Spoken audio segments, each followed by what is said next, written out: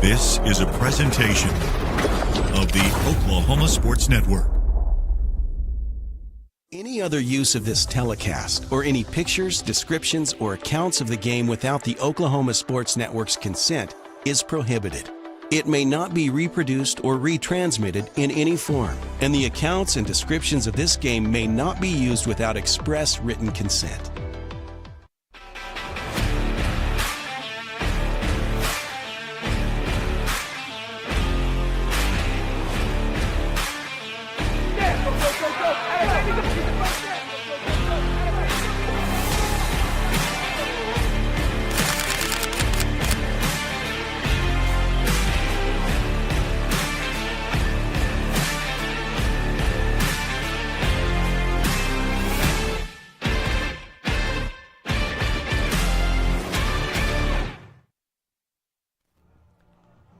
It is playoff time in Oklahoma. The Oklahoma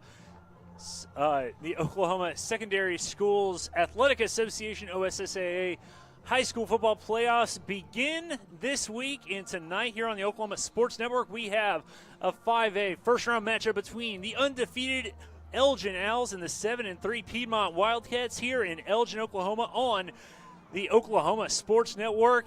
You're watching the Hillary Countdown to Kickoff. I am Glenn Brockenbush, joined as always by Vincent Saylor. Vincent, it is officially playoff time. The district champion Elgin Owls are getting ready to take on the Piedmont Wildcats.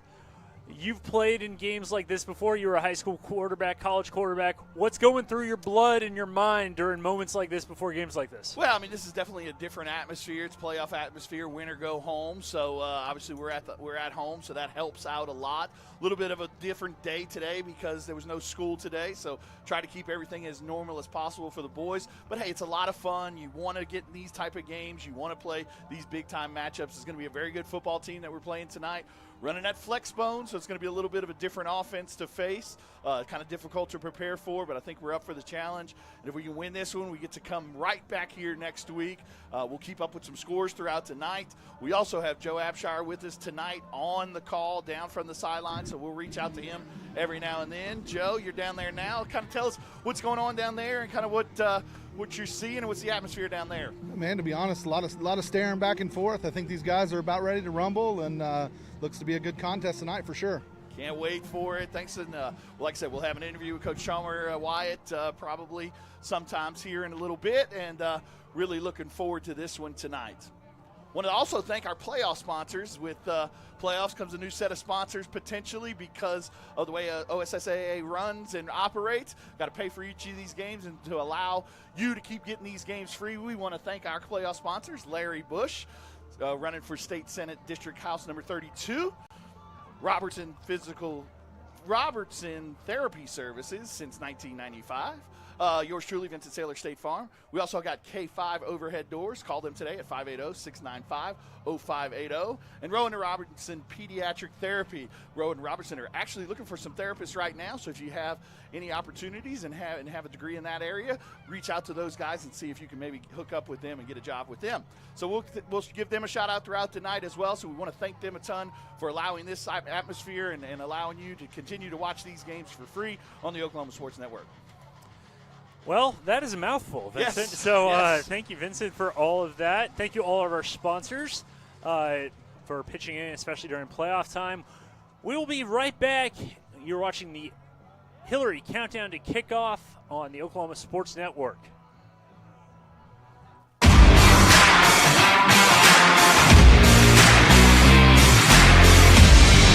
See us today at Wichita Furniture, where for a limited time we are having 50% off all living room furniture. That's right, all living room furniture is 50% off MSRP. So come in today and take advantage of this awesome deal. Wichita Furniture, off the corner of Cash Road and Fort Sill. Are you ready for a debit card? Well, this card is more than you may realize. It's a reward-earning, style-affirming, money-managing, do-it-all debit card, like a key to the world. It's the Pay Me debit card from Communication Federal. Our Pay Me account pays you real cash that adds up fast, earning rewards when you use your card. So get a free Pay Me debit card today. It's secure shopping and payment power online or in stores. Sounds like you're ready. Communication Federal Credit Union. 4D Landscaping and Irrigation has been providing top-rated professional landscape and irrigation services for the past 25 years. They take your vision for that perfect landscaping project for your home, new construction, or business and make it a reality with their easy financing options. You'll want to make sure to ask them about their seasonal services too. 4D Landscaping and Irrigation. Call 510-9983. Here at Classic Lawton Chevrolet, we love our community and we want to show our appreciation. We offer savings for military, first responders, college students, and educators, giving back to those who give everything they've got. What's in your driveway? You don't have to come onto the lot. We'll bring it to you. Get a 360-degree view and video summary of every vehicle. Top dollar for your trade and even get pre-approved. ClassicChevyNation.com. What's in your driveway? Enjoy the difference. When it comes to your home, you need someone that you can trust to keep it safe and protected for you and your family. Vesta Foundation Solutions is your local, family-owned company that has helped many homeowners fix and protect their homes. Our engineered solutions can take care of all of your foundation repair, basement waterproofing, concrete leveling, and dirt crawl space repair needs. We take pride in getting the job done right, and you'll always be protected with up to a 75-year warranty. Contact us today for a free estimate. They say the best way to be a good neighbor is to know your neighbors and give a little help when they need it. And when you need a little, you can find help at Ace Hardware in Elgin. Not only do they offer everything from grills to flowers, paint, hardware, and tools, they offer experience to help guide you through the process. And they're happy to take the time to make sure you can do it right. Ace Hardware of Elgin. They're more than just a hardware store. They're your neighbors. Ace Hardware, 7796 Highway 277 in Elgin.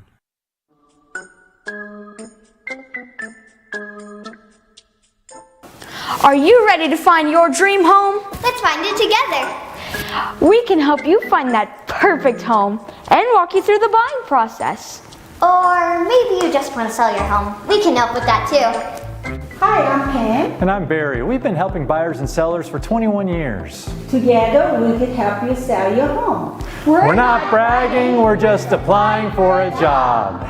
Arrow Sign Company has been serving Oklahoma and surrounding states for over 60 years. As a family-owned business, our focus has always been on driving people to your door, not just selling you a sign. From custom sign design and manufacturing to installation and service, Arrow Sign has the knowledge and experience to deliver the ideal sign for you while using materials of the highest quality to ensure that your sign will look great for years and years to come. We design and manufacture our signs for longevity, so you get the greatest return on investment possible. Arrow Sign Company, helping your business thrive since 1955. Goodbye, paperwork. Hello, convenience. Farewell, waiting. Hello, personal service. Catch you later, dreaming. Hello, planning. Buy your dream home, connect with a personal banker, and easily schedule an appointment with digital tools from Arvest Bank. Goodbye limits, hello possibilities. At Miller Noble Heating and Air Conditioning, we offer preventive maintenance agreements, summer tune-ups, and service calls. During the summer when your air conditioner breaks, you have to give us a call. Well, with preventive maintenance agreements, it prevents that. We go out, service the air conditioners, and prep them so they don't fail on you in the peak time of the year. The U.S. Department of Energy states that you can save up to 30% of your utility bill by having your system properly maintained.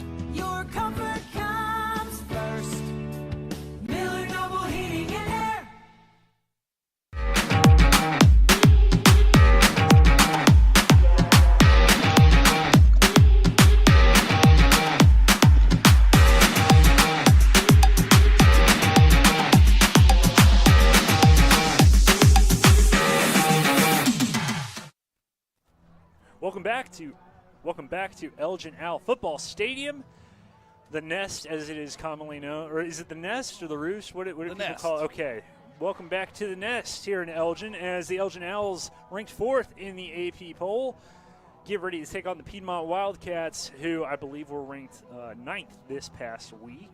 And so when you take a look at this Piedmont team, and we talked a little bit about it last week, I feel like, this is going to be a team that runs the flex bone. This is an offense that we touched on a little bit earlier this year when we faced Ardmore. That's what it was. And this is a team that is capable when they run and they run well. They can take up a lot of clock, play keep away from you. It can be very dangerous. We saw them leading Carl Albert for quite a while last week before falling to the #1 Titans. But if you're looking for kind of, well, how does Elgin stack up against Piedmont?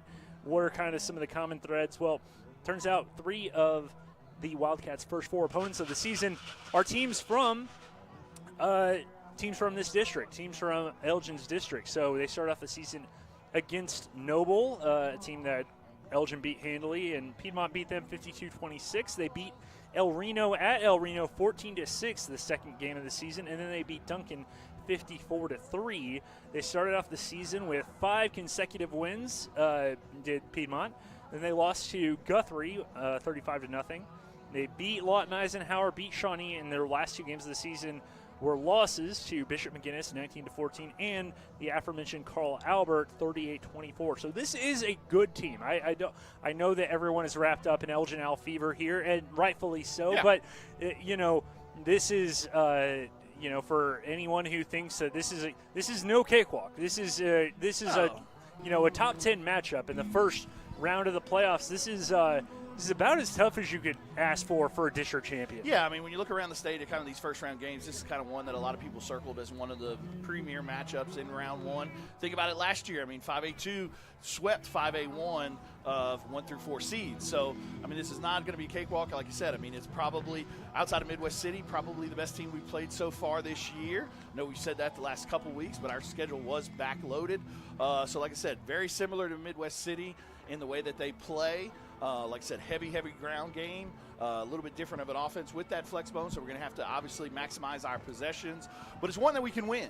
And if we are able to get by this one, we'll have another home game next week. But we got to come to play, no doubt about that. I mean, there's some things that they do that will affect us a little, so we've got to make sure that we come out and play and handle business. And if we handle our business and play to the standard that we've been playing to all year, I think we'll come out of this one very victorious and very happy. But, hey, that's why they play the game. Absolutely. Games are not won on paper. But we see the teams, or the Elgin team, still on the field doing some warm-ups, rocking a uniform combo that we haven't seen this year. Going with the black unis with the red pants. I've been told that a lot of the time, I don't know exactly how Chalmer does it, but I know other coaches, it's usually up to a group of seniors or a specific senior that normally gets to choose. Clay Underhill was telling us that last. Yeah, we'll get some clarification on that from Clay, but I know the seniors play a big part in it. And so, like I said, not a combo that we've seen so far this year, but looks pretty salty. I might add myself. I wonder if I almost wonder if Jared Williams could hear us talking about the black jerseys, because as soon as we started talking about it, ACDC's Back in Black is kicking in the stadium speakers, apropos. So Elgin, obviously, if you've been following us all year, we obviously thank you for watching us here on OSN. But if you haven't, this is a team that 3 years ago was winless in Class 4A, improved to 4 wins in Class 4A last year bumped up to 5A and came within a whisker of winning a district title and lost their first-round playoff game to Guthrie here on this very field. So, obviously, a lot of unfinished business, it felt like, and you talk to any coach, any player here, yes, what they've done this year is amazing. District title for the first time since 1986, undefeated season, 10-0 for the first time ever. But, you ask anyone, and I talked to Coach Chalmer Wyatt this week, if we accomplish all that and still don't win a playoff game, what does that mean? Right. And it's that's all well and good, but at the end of the day, you're going to be judged by your playoff success. Right. I mean, this is the best regular season in Elgin high school football history. So that, I mean, we've had a lot of things that's gone on this year. Great. Matt Lund has gotten was able to take care of the rushing record. He's only 205 away from potentially getting to that 5,000 mark. So a lot of great things happened this year. But again, like I said, one of the things that they talked about all off season that really kind of put a claw into them all off season was, they finished last year 0-2. I mean, they lost the de facto district championship game to Midwest City, and then lost the playoff game here to Guthrie. So that's kind of in the back of their mind. So obviously they want to come out tonight, start early, get this thing rolling early, because they want to get that kind of bad taste out of their mouth, playoff taste. And like I said, I mean, yeah, it's the greatest season in Elgin high school football as far as the regular season goes, but we want to move on to these next round and see where we can finish up maybe here late in early December. And to be honest, guys, just being down here, it's very business-like attitude down here. I mean, there's no hooting and hollering like this is the first time been here or whatnot, but very business-like so far. That's awesome. Yeah, and I think that's kind of the mindset that you want to have. I mean, they're super focused. I mean, we talked about it all day. They kind of try to keep today as normal as possible with not being in school. So they got them up here for a little bit of a breakfast, and then kind of had a little walkthrough and whatnot, and then let them go home for a little bit and relax and rest, and then got them back up here to kind of like get that pregame meal in and things like that, to kind of keep it as normal as possible. But like I said, it's a big game. It's win or go home. This team has been here. They're a mature team. They've been around. Like I said, most of these kids that are playing tonight played in that game last year, so they understand what playoff atmosphere is about. Last 2 weeks have kind of been playoff atmosphere as far as the MacArthur game and the Midwest City game. So like I said, I'm just ready for the kickoff to get down and see where we stack up with this good Piedmont team. We will talk more about this game in a little bit. We will be right back. We are watching the Hillary Communications Countdown to Kickoff, Elgin Out Football on the Oklahoma Sports Network.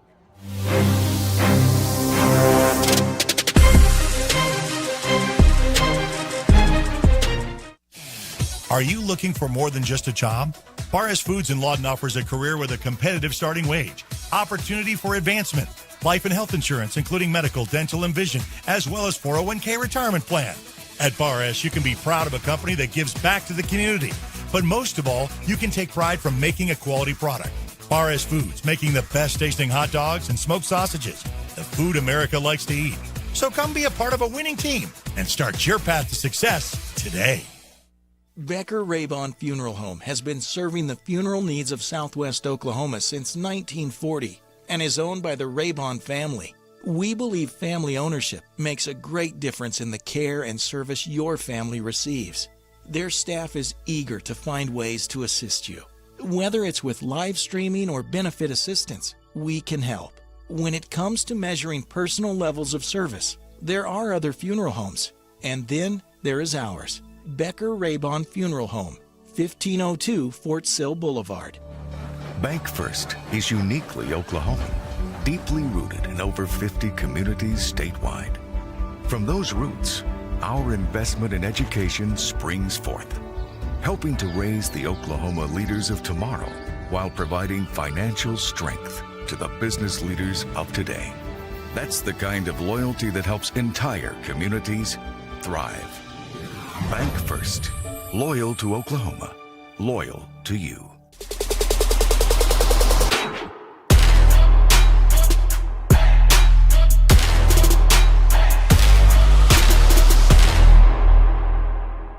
College is more than just going to class.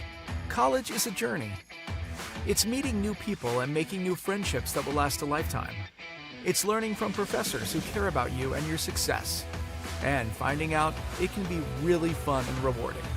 It's discovering that thing you want to do for the rest of your life. Cameron University is all about helping you grow and succeed, because your success is our success.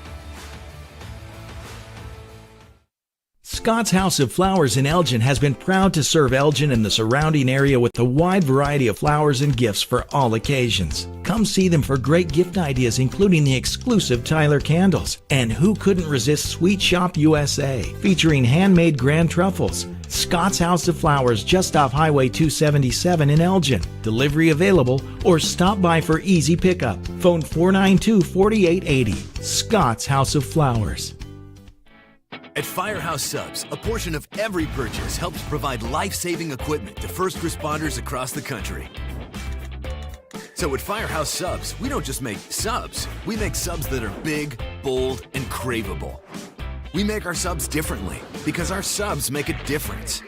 Whether you order online or on our app, Firehouse Subs Rapid Rescue to Go will have your subs boxed, bagged, and ready for pickup. Firehouse Subs. Enjoy more subs, save more lives. college is about more than just a degree. It's a journey that will shape your future and change your life. That's why MSU Texas provides a place to find your passion, To connect with others. and discover who you truly are. We're dedicated to providing a well-rounded education that prepares you for a variety of careers. You'll have everything you need to pursue your dreams at MSU Texas. Start your journey. For more information, visit msutexas.edu.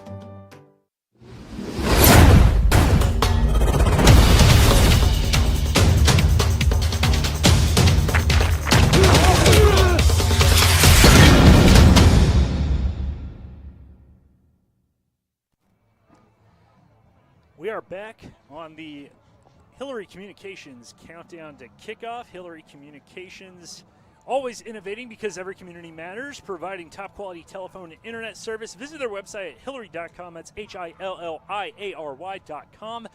Glenn Brockenbush joined by Vincent Saylor. We also want to give a shout out to our wonderful producer Clay Underhill and Sadie Hightower, our camera person, and of course Joe Abshire joining us tonight as it's playoff time here in Oklahoma as Elgin gets ready to take on the Piedmont Wildcats. We want to thank you for watching, whether you're watching on our website, oksportsnet.com, or on our YouTube page, or on one of our apps, either on Apple or Android device, or on your Apple TV, Roku, Fire Stick, or on, I believe, the link may be available on Facebook as well tonight. Yeah, I think we are one of the Facebook games as well.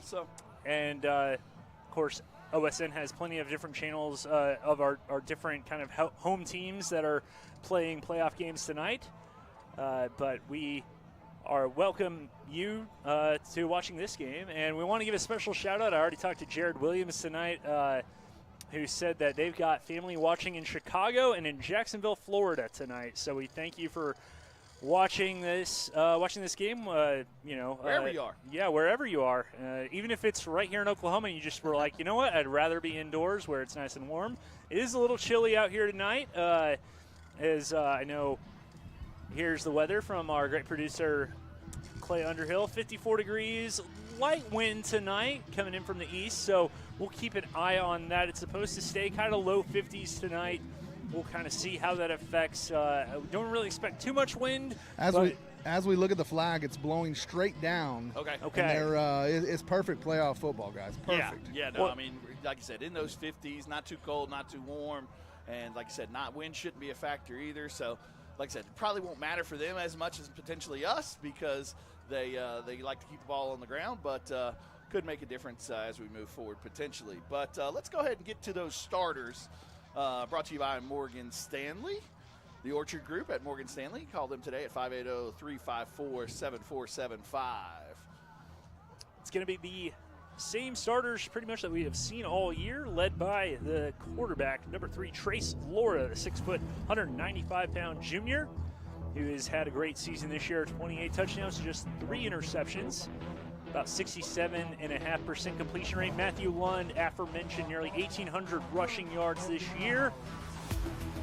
Brody Morrison, the sophomore dynamo, 5'10", 168 pounds, has been electric this season when he gets the ball in his hands. Michael Adesola, big play threat. The senior is 5'11", 168 pounds. Trayvon Crabtree, the leading receiver this year, who is also a senior, 5'9", 170.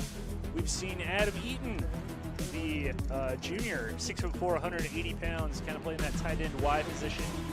Jace Williams, the junior, number 58, the tackle, who's 6'3", 280. Keith Ferguson, one of the real leaders of this team, 6'2", 300 pounds at that left guard position. Carson Hitt has been such a great force there in the middle at center. He's a senior. Shea Spencer, big number 77, has been playing really well this year as well. He's a junior.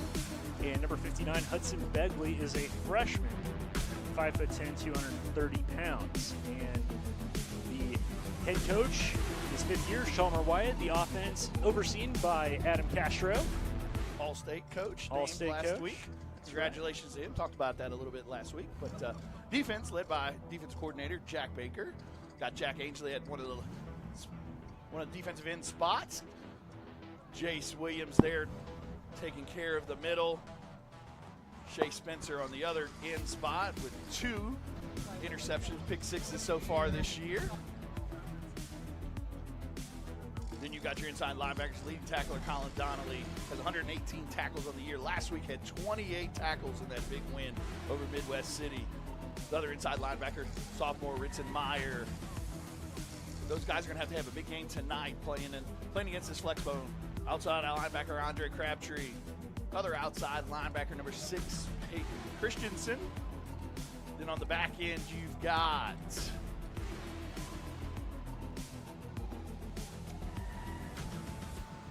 Trayvon Harris, who got injured earlier in the year, but Josh Adesola has done a great job filling him for one of those corner spots. His brother Michael Adesola is on the other corner spot. And then you got the back end led by Hunter Jackson and Brody Morrison at those safety spots. Like I said, going to see a little bit of a different defense. I'm going to mix up some of the fronts, going to mix up some of the ways that we go about attacking this flexbone offense. But like I said, it's all going to come down to the defense. Defense is doing a great job all year, only giving up 6.4 points per game. And when you actually look at that, that's probably a little deceiving because a lot of those points are coming in the second half, kind of in that garbage time area. So if you really looked at the first half, probably giving up only about 3 to 4 points a game. So congratulations to those guys. Great season all year. 18 interceptions on the year. Of those 18, 6 of them returned for touchdowns. Got 13 sacks, 76 tackles for loss, and only 71 points on the season allowed. So that's a great job by the defense all year. What you got, Joe? And I was a little confused there. You listed Shea Spencer as a defensive lineman. I thought he was a defensive back. Yeah. I mean, 2 pick sixes from the defensive end spot is kind of unheard of, but great job by him all year. I mean, he's just had a tremendous year. Second on the team in tackles from that end spot with 67, 19 tackles for loss. So, I mean, just having an outstanding year, not only on the defensive side, but really has solidified that offensive line on the right side of that right tackle spot as well. He probably won't thank me for mentioning this, but Shea's mom posted a video on Facebook this week of him a few years ago kind of dancing around. And I mean, once you've seen that, now you know why he's such a good athlete and got such good footwork. It's the dance moves, there man. You go. And, we have we got all the big guys out here tonight. I see Kyle Weatherly walking the sidelines. Joey Goodman running the sidelines as well, along with our own Joe Abshire. So, and these guys, they're filling in the stands. It's gonna be rowdy tonight, kind of like it was in MacArthur. I would highly expect. So, yeah, like I said, OSAA kind of came out with a little bit of a ruling that we might have to calm and subsede some of our noisemakers. Mostly just the confetti cannons that I saw. No fireworks as well. Oh, okay. So there's a couple things that we might not see tonight that we normally see, but I think they're going to do a great the crowd's been great all year, so I can't wait to see what they've got coming for us tonight. So we're going to take a quick break right now. So just quick there, I did get confirmation the shakers are just fine. They should have no problem with those. Okay. It's just the battery operated, the confetti cannons, that kind of stuff. Sounds great. Thanks. So we're going to take a quick break right now. You're watching Elgin Iowa football on the Oklahoma Sports Network.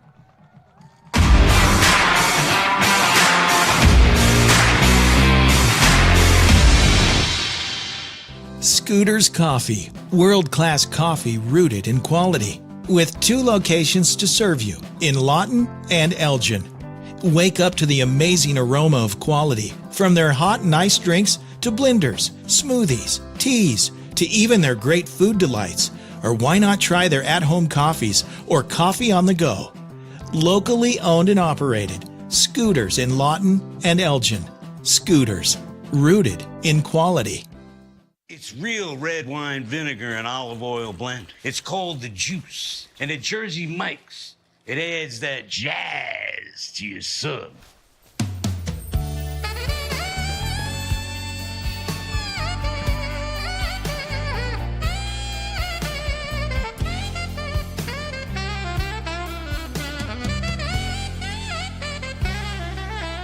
Add a flavor zing with the Juice. Jersey Mike's. A sub. Step into the best chapter of your life, one with rheumatology care from a provider who focuses on your well-being and getting you back to what matters most. Dr. Shahzad is dedicated to building long-lasting relationships based on trust and medical integrity with every single patient. Schedule your telemedicine appointment today. Don't let rheumatoid arthritis or other inflammatory conditions stop you from enjoying life. MMG, the power of many for the benefit of one.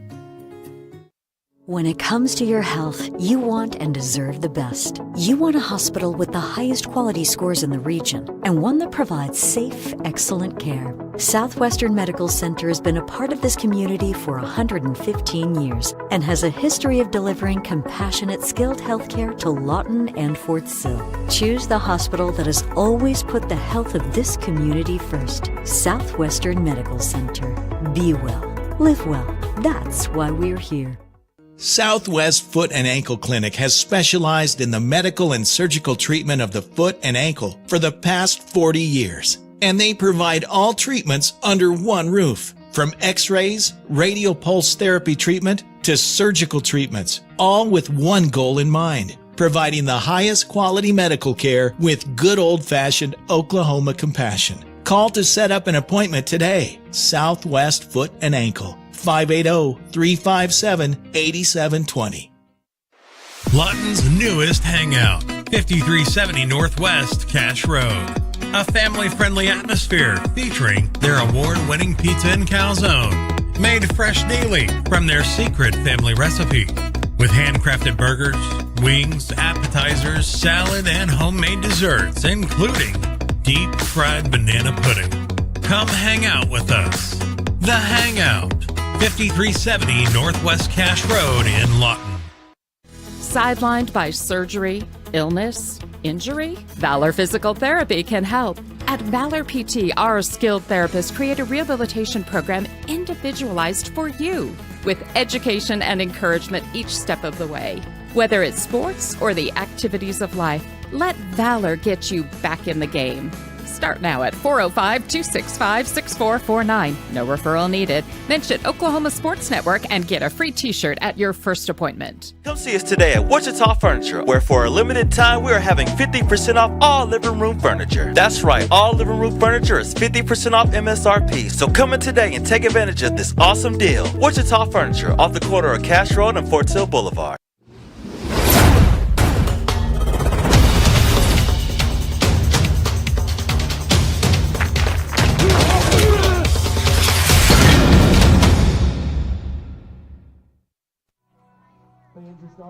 Welcome back to Elgin Owl football on the Oklahoma Sports Network. You're watching the Hillary Communications countdown to kickoff of Elgin's playoff opener this year against the Piedmont Wildcats. We are just about 8 minutes or so away. We've got some keys to the game from Vincent.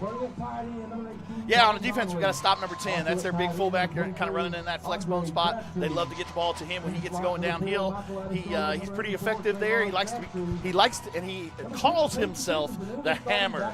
So that's been something to talk about with Colin all week. Colin and I've had some good back and forth with that related to that. So got to stop him. Got to get them behind the chains. If we can get them behind the chains early, that will help us out. Obviously, give them different looks on the front end, so that way they're not used to that same look every time. And don't have your eyes in the backfield to make sure that you're reading your keys throughout the game. On the offensive side of the ball, we must take advantage of all of our possessions. We're going to be limited potentially on our possessions because of the offense that they run, so we got to make sure that we take care of all of them and limit turnovers and protect the ball. Then we got to get in a rhythm early. Last week kind of sputtered a little bit early with some miscommunication, some missed passes and things like that, so got to make sure that we can come out and protect that football and get a rhythm going early. Like I said, this is the type of team that doesn't do well playing from behind, so if we can get out early, that could lead to some good success there. Got captains on their way out there right now. Keith Ferguson, Michael Adesola, and Matt Lund, your permanent captains this week. Named the fourth captain, Colin Donnelly, and then the practice player of the week, Bryce Martin, number 24. Yeah, it's our R&J Motors coin toss. If your vehicle is not working right and you want the best engine repair, call R&J Motors, 580-492-5900. And Joe is down there. We're going to be referee Kevin, umpire Kevin Jones tonight. We're going to listen in for the coin toss. Little handshaking going on. Yeah, Kevin Aiken, the referee, Kevin Jones, the umpire, Randall Rouse, the headlinesman, line judge James Ferris, and back judge Mike Self is our crew tonight. Guys, congratulations on making the playoffs. Pretty cool. I didn't make it at the North, so you guys got one up on me already, all right? Hey, we're going to have fun tonight. We're going to play hard all the way to the whistle. Once the play's over, though, push up off the ground, not the ball carrier, okay? Let's be smart. No crosstalk unless it's words of encouragement, okay? Go back to your huddle Exit, push off the ground, all right? Piedmont will make the call here. That is tails. What's the call going to be? Tails. What did he say the call is? Tails is the call. Watch your feet. Go back. Here we go. Call is tails. It is tails. Piedmont defers, so I assume the Owls will take the ball. Yep. All right. That's kind of something that we were looking forward to. Like I said, if we won the toss, I think we were going to take the ball so that way we get an extra possession in, but they decided to defer, so we will get the ball first. Looking forward to having that offense come out and see what we can do against this tough Piedmont defense. Try and get an interview here prior to the game with Coach Chalmer Wyatt.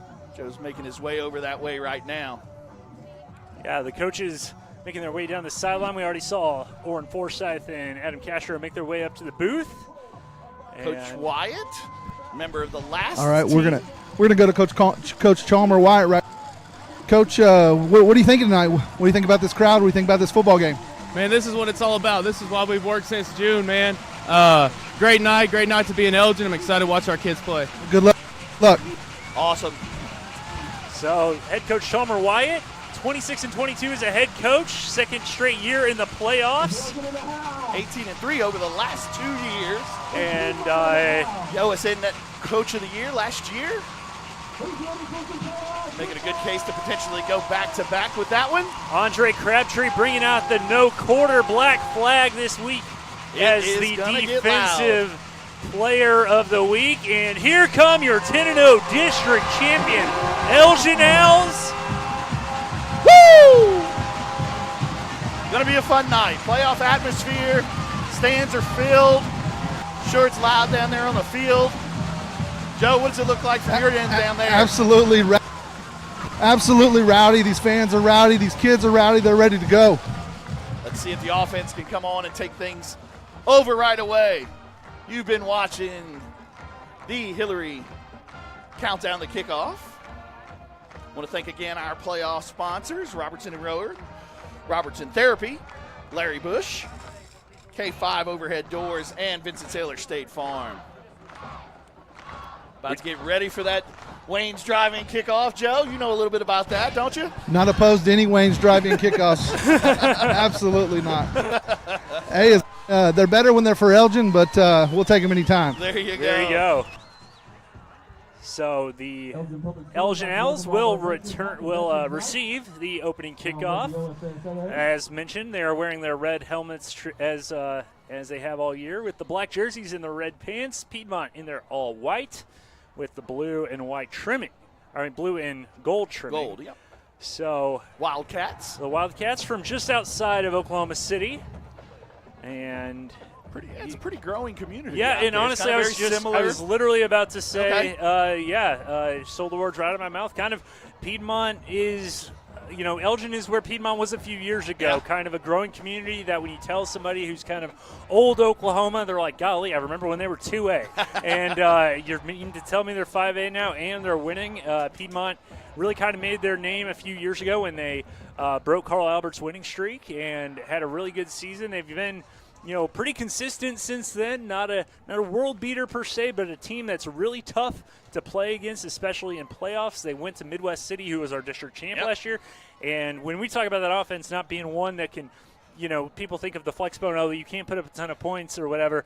They dropped 60 burger on the Bombers last year. In the snow at Jim Darnell Stadium. Yeah, right around. Yeah, this is what you can tell that Oklahoma weather doesn't know what it wants to do, because this time last year it was snowing and 2 days ago it was 84 degrees. So go figure. We're going to have our Wayne's Drive-In kickoff as number 30. Noah Ward, a freshman, is going to kick off for the Cats from his own 40.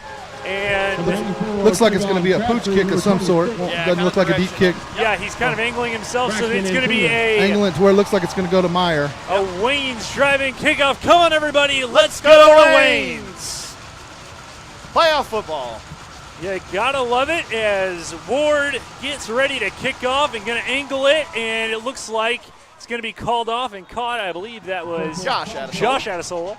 Good job by him right there, kind of making the fair catch. We've seen some problems with that from other teams this year, so good job by him throwing that hand up and getting us pretty good field position right here. So the offense will take the field at about the 38-yard line. As mentioned before, Matt Lund, who has rushed for 1,795 yards this year, the senior. 1561. 1561. Yeah, okay, he has, so 252 through the air. Sorry. So 17 total yards. Okay, I was thinking of his total yard. Yeah. Of his yes, you're right. So it's going to be a run by Matt Lund. He's going to follow some blocks. He's going to try and find some room. He's going to get to the second level, and they can't bring him down yet. And it looks like he's going to get the first down. Good job on his first touch of the game. Good run by Matt Lund. It looked like number 10, the hammer himself, Camden Ward, was there to try and bring him down, but it didn't go as smoothly. Yeah, just outside, kind of our bread and butter outside zone play right there to the left, following Jace and Big Keith Ferguson there. Good job by Matt of finding a hole there. Like I said, he did a good job of stretching out, but he put his foot in the ground and went upfield for a big positive yard play there. Picks up about 12-13 on the play. So right about midfield, actually about the 49 of Piedmont, it's going to be a snap in the pistol. It's going to be a quick flash out to Trayvon Crabtree. He's going to pick up about not much, maybe half a yard, if that. And so good recognition by the Piedmont defense as the little kind of quick screen pass there. Yeah, just a little quick screen right there, trying to get Trayvon in some space again and use his athletic ability. But good job by the defense of stopping that before he can get his momentum going forward. If I'm not mistaken, I think I might have just seen, it looks like some more Elgin fans trickling in. Maybe some alumni. As Lund is going to get the carry, going to break it to the right side. He's going to try and break it to the secondary, and again, kind of an early theme is him breaking tackles, and that's something where if you're going to try and stop Matt Lund, you got to do it early. Yeah, got to go with some speed right here. What you got, Joe? Doing a real good job putting his foot in the ground and hitting the hole. Yeah. Outside zone again here. Third down. First it's going to be hand off to Matt Lund, and he's going to get tripped up a little bit by the Turf Monster. Yeah, Turf Monster got him right there, but good job of kind of using some tempo right there. Wasn't able to get lined up with Piedmont, so good job picking up the big first down right there, getting this thing moving in the right direction. What about the 34-yard line going in now? Following the blocks of that offensive line, we now see Colin Donnelly in as kind of that tight end extra blocker. He, of course, caught the only offensive touchdown last week against Midwest City. It's going to be a handoff to Lund. He's going to cut it up the middle. He's got more room. He's going to cut to the right. He's going to bring it past the 20 and into the red zone, brought to you by Scooters Coffee. And, man, he was doing some scooting right there. Yeah, great job right there, following his blocks and then finding a couple little holes right there, getting a big first down there. Ritson's going to spell him right here. But, yeah, we're inside of that Scooters red zone. Come on, let's scoot around to the end zone right here. You love saying that so much. I could see it and hear it in your voice. About the 18-yard line, 1st and 10. Hand off to Meyer. He's going to cut right up the middle, no touching him, and he's going to get to about the 5. Man, what a drive so far. Just the one pass play that went nowhere. All the other yardage has come on the ground, and it's been almost relatively easy. Well, I like to see that from Richmond right there, going north and south. Like I said, this year he's kind of pity-pattered it here and there some games, but good job right there, sticking his foot in the ground and going straight north and south, picking up a big about 12, 13 yards right there. Gets us into a 1st and goal situation. Meyer again in the backfield in the pistol. He's going to shimmy, shake a little bit, and be met at the line of scrimmage and brought back down. I believe that might have been number 60, Talon Owen, who is one of their flag right here. Senior captains, and we have a flag. And I think that's what Jared said. Yeah. Clapping by the Owls. Looks like it might be on Piedmont. The flag is in the end zone, so too many men on the field, maybe? It's hard to say. Can't imagine much. It does look like they're counting. I don't know if they're counting players, but. Trace is always going to be around it. Old coach's son finds a way to get close to figure out what's going on. Personal foul. Okay. Was that a bit of a delay? I didn't really see. Okay. Oh, it's personal foul. Okay. So it's still going to be 2nd down, though, because post. So it's post play, yeah. Dead ball foul. See if we can punch this one right here and get an early lead. Pistol formation again, 2 wide receivers, 1 to either side of Trace Laura, the junior quarterback. Matt Lund, the senior running back in. Crabtree goes in motion. It's going to be handed off to Matt Lund. Woo! He's going to stiff arm a man. That is an Elgin out touchdown. Woo! Great job right there by the offensive line, and Matt followed him into the end zone. What you got, Joe?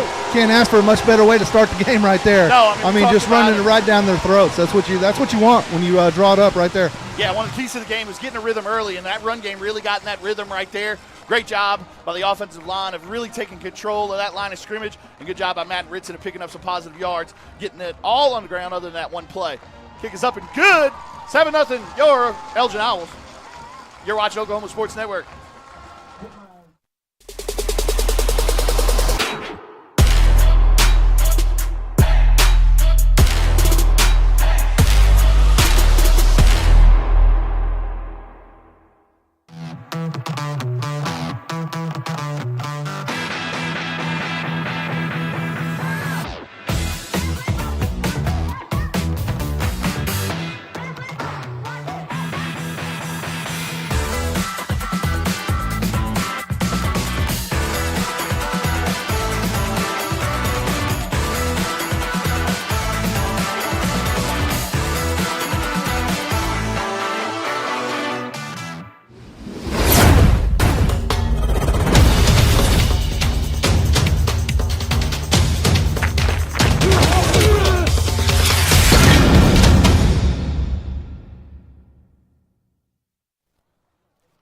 So, with about 3 minutes and 16 seconds gone, Elgin has a 7-0 lead over Piedmont.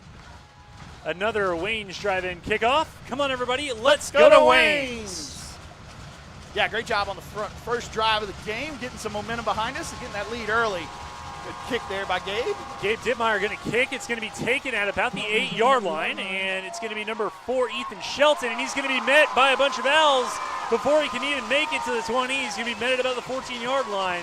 That is where Piedmont will take over. Real quick, we want to remind you that our first quarter sponsor today is Elgin Ace Hardware, Comanche Home Center. Visit them there in Elgin, and they're going to start right at about their 15. So great energy down here, especially from the special teams. But this crowd's going to bring it this first drive on defense, I promise. Yeah, love to hear it. Love to hear it. A reminder also talk about. Go ahead. Oh, I was going to say our Wichita Furniture drive summary. It was a drive that went 62 yards in just over 3 minutes and was capped by the 3-yard touchdown by Matt Lund. So Piedmont has the ball. They're going to hand it off to Cannon Wood, and he is going to be stopped there about 2 yards. So Wood is the aforementioned hammer, I guess is what he's going by. Yep. And, number 14 is going to be their quarterback, Joshua Mars. He is a senior as well. And so look for us tonight to mix up some fronts kind of against this run-heavy offense. You might see some Kason Meyer in there, some at linebacker, and replacing Hunter and or Brody back there on the back end. But we want to keep them behind the sticks as much as possible with this type of offense. It's going to be a pitch. He's going to run to the right, and he's going to be brought down. It looks like Colin Donnelly made the stop, and that run was, I believe, number 2. That is Jaden Houston. Big third down right here. 5'8", 160-pound junior. Big third down early on in this game, and this is a situation where, third down stops are going to be key. Third down stops are going to be key. Crowd is going to be key in these type of deals. Might see some false starts potentially. 23-yard line. It's going to be 3rd and 2.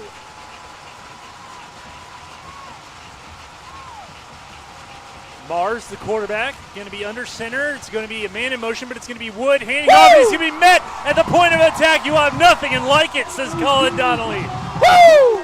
Colin Donnelly picking up right where he left off last week. 28 tackles. 28 tackles. Yeah. I forget if I showed that to you or who I showed it to. I said, is that right? Because that did not feel right. Knocking people's helmets off, and then got Defensive Player of the Week this week. Also got Special Teams Player of the Week by his big-time punting towards the end of that game last week. But like you said, picked up right where he left off, filling that gap and absolutely destroying that running back right there. So forces the punt right here. The punt is going to be away. Brody Morrison's going to let it bounce, and it is going to keep on bouncing down to about the 30 and inside the Elgin 30, just barely. So at about the 29 and a half, 29 and 3/4, almost the 30. They're going to place it right just shy of the 30, and that is where this Owl offense will take off. Can't really ask for more on that first defensive possession. The keys tonight were really going to be the Elgin no-quarter defense, the black flag defense against this Piedmont offense. We felt like the offense, after that first drive, felt like Elgin could probably score on this team. You couldn't have scripted a better start to the game, both sides of the ball. No, I mean, one of the big You're things absolutely was to right, start Joe. early. Yeah. And 3 receivers.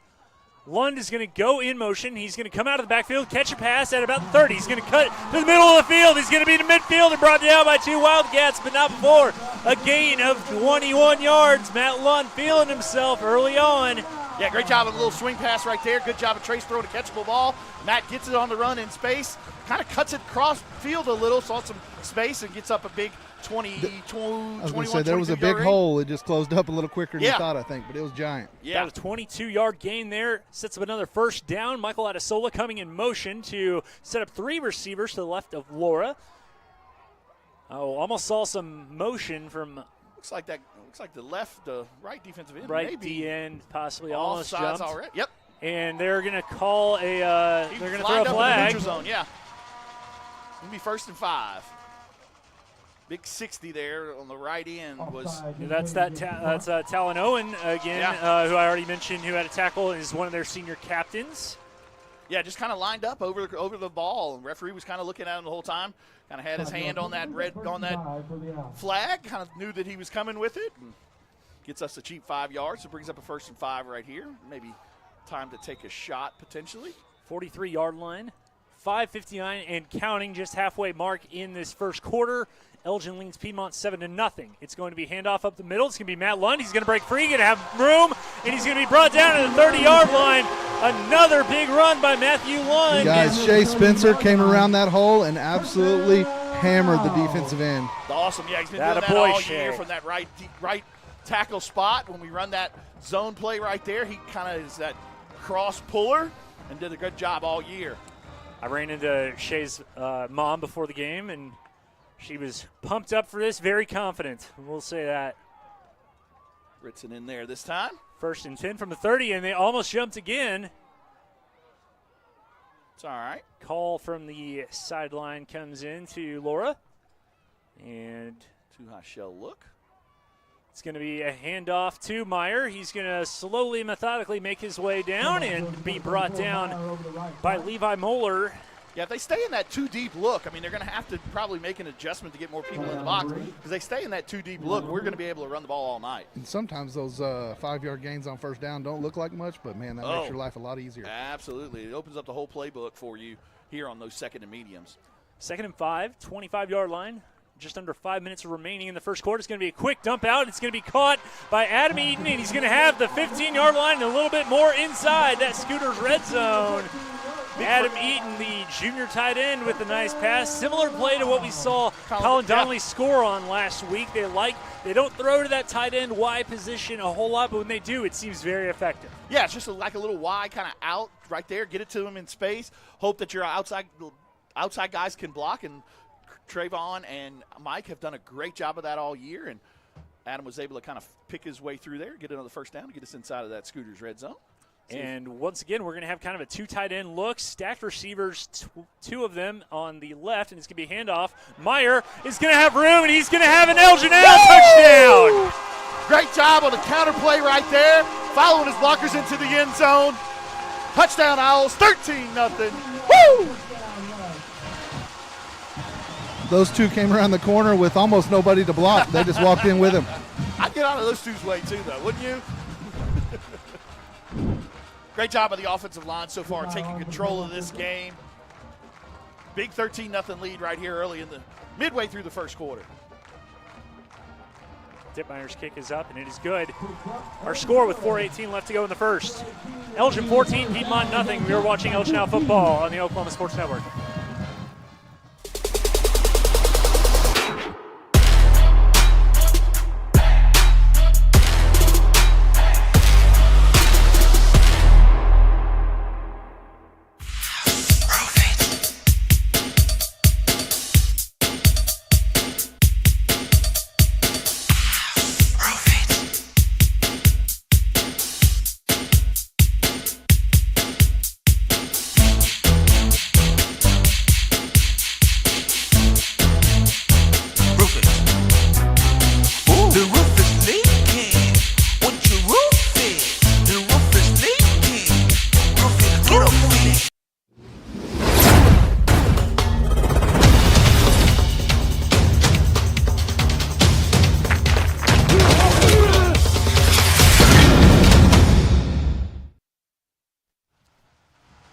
So 4:18 left to go in our first quarter, and Elgin has struck quickly twice already as they lead Piedmont 14-0. Time for another Wayne's drive-in kickoff. Let's go to Wayne's.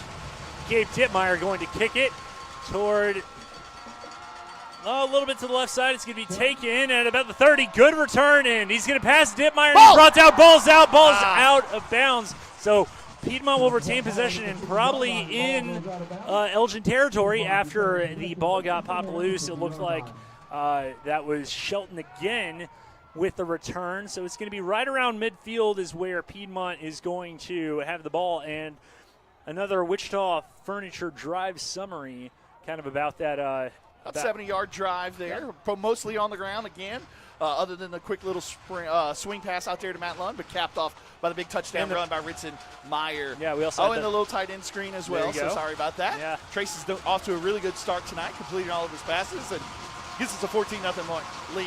After Wichita Furniture drive summary. 1st and 10 from midfield. It's going to be handoff up the middle to Wood, and he's going to be met right at the line of scrimmage. Looks like Andre Crabtree, who got the honor of carrying the no quarter flag out tonight. And that's going to be a gain of about 3, so 2nd and 7, and that's what Piedmont can do. Their offense may not be super flashy to the naked eye, but it's one of those death by 1,000 paper cuts sort of things. Yeah, it's ground and pound throughout the night. Like I said, they want to do 4 yards, 5 yards in a cloud of dust. But now, obviously, down 14. Still early in the game, though, so they can still run their offense. But when they get down, it makes things a little bit difficult for them. And he's going to keep it, and he's going to be met by Shea Spencer and Jace Williams, and it looked like Colin Donnelly.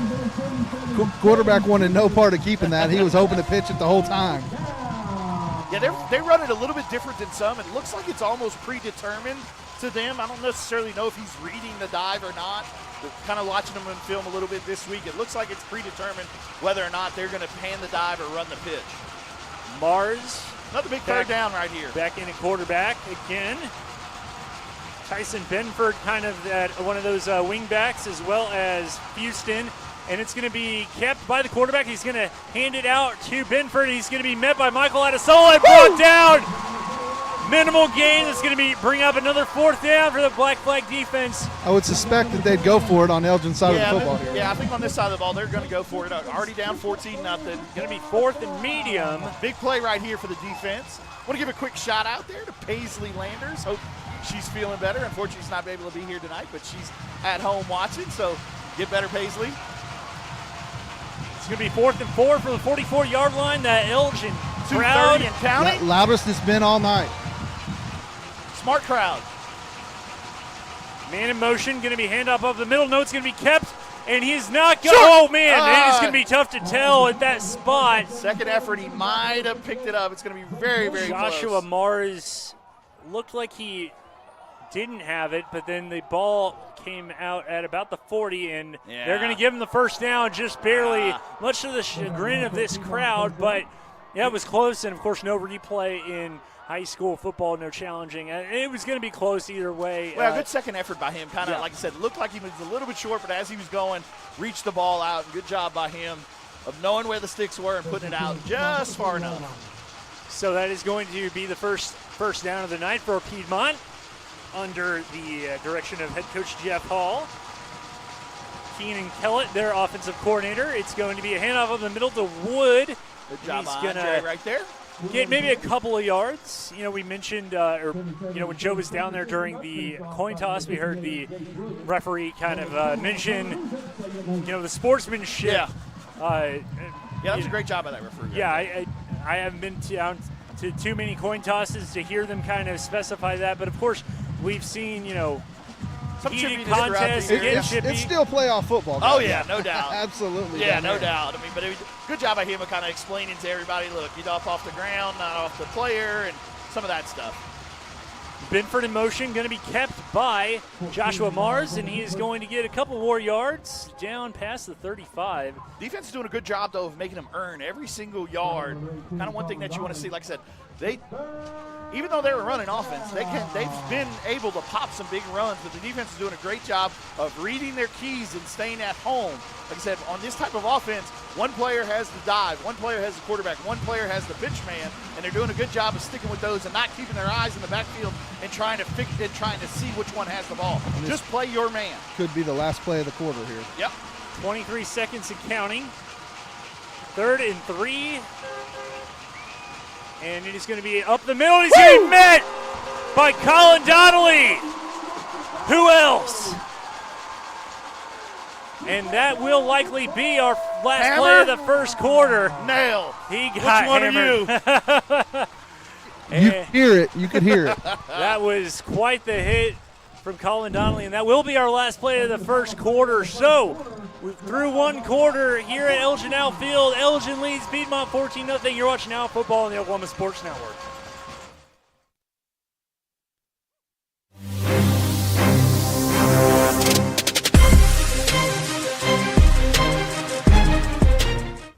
Lawton Community Health Center's high-quality health care is convenient to wherever you are in the region.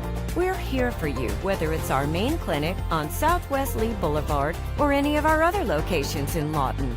LCHC has additional clinics in Marlow, Comanche, Cache, Medicine Park, Apache, Elgin, and Burns Flat, with more on the way. Enjoy peace of mind knowing quality care from experienced providers is always available. LCHC, your hometown healthcare.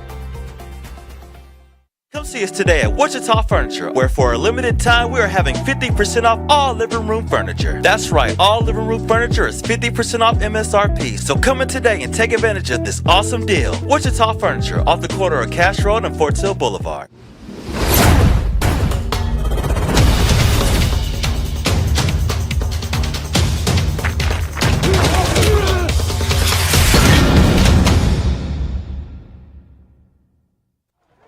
Back from the nest here in Elgin. Owls lead Piedmont 14-0 after a quarter of playoff football.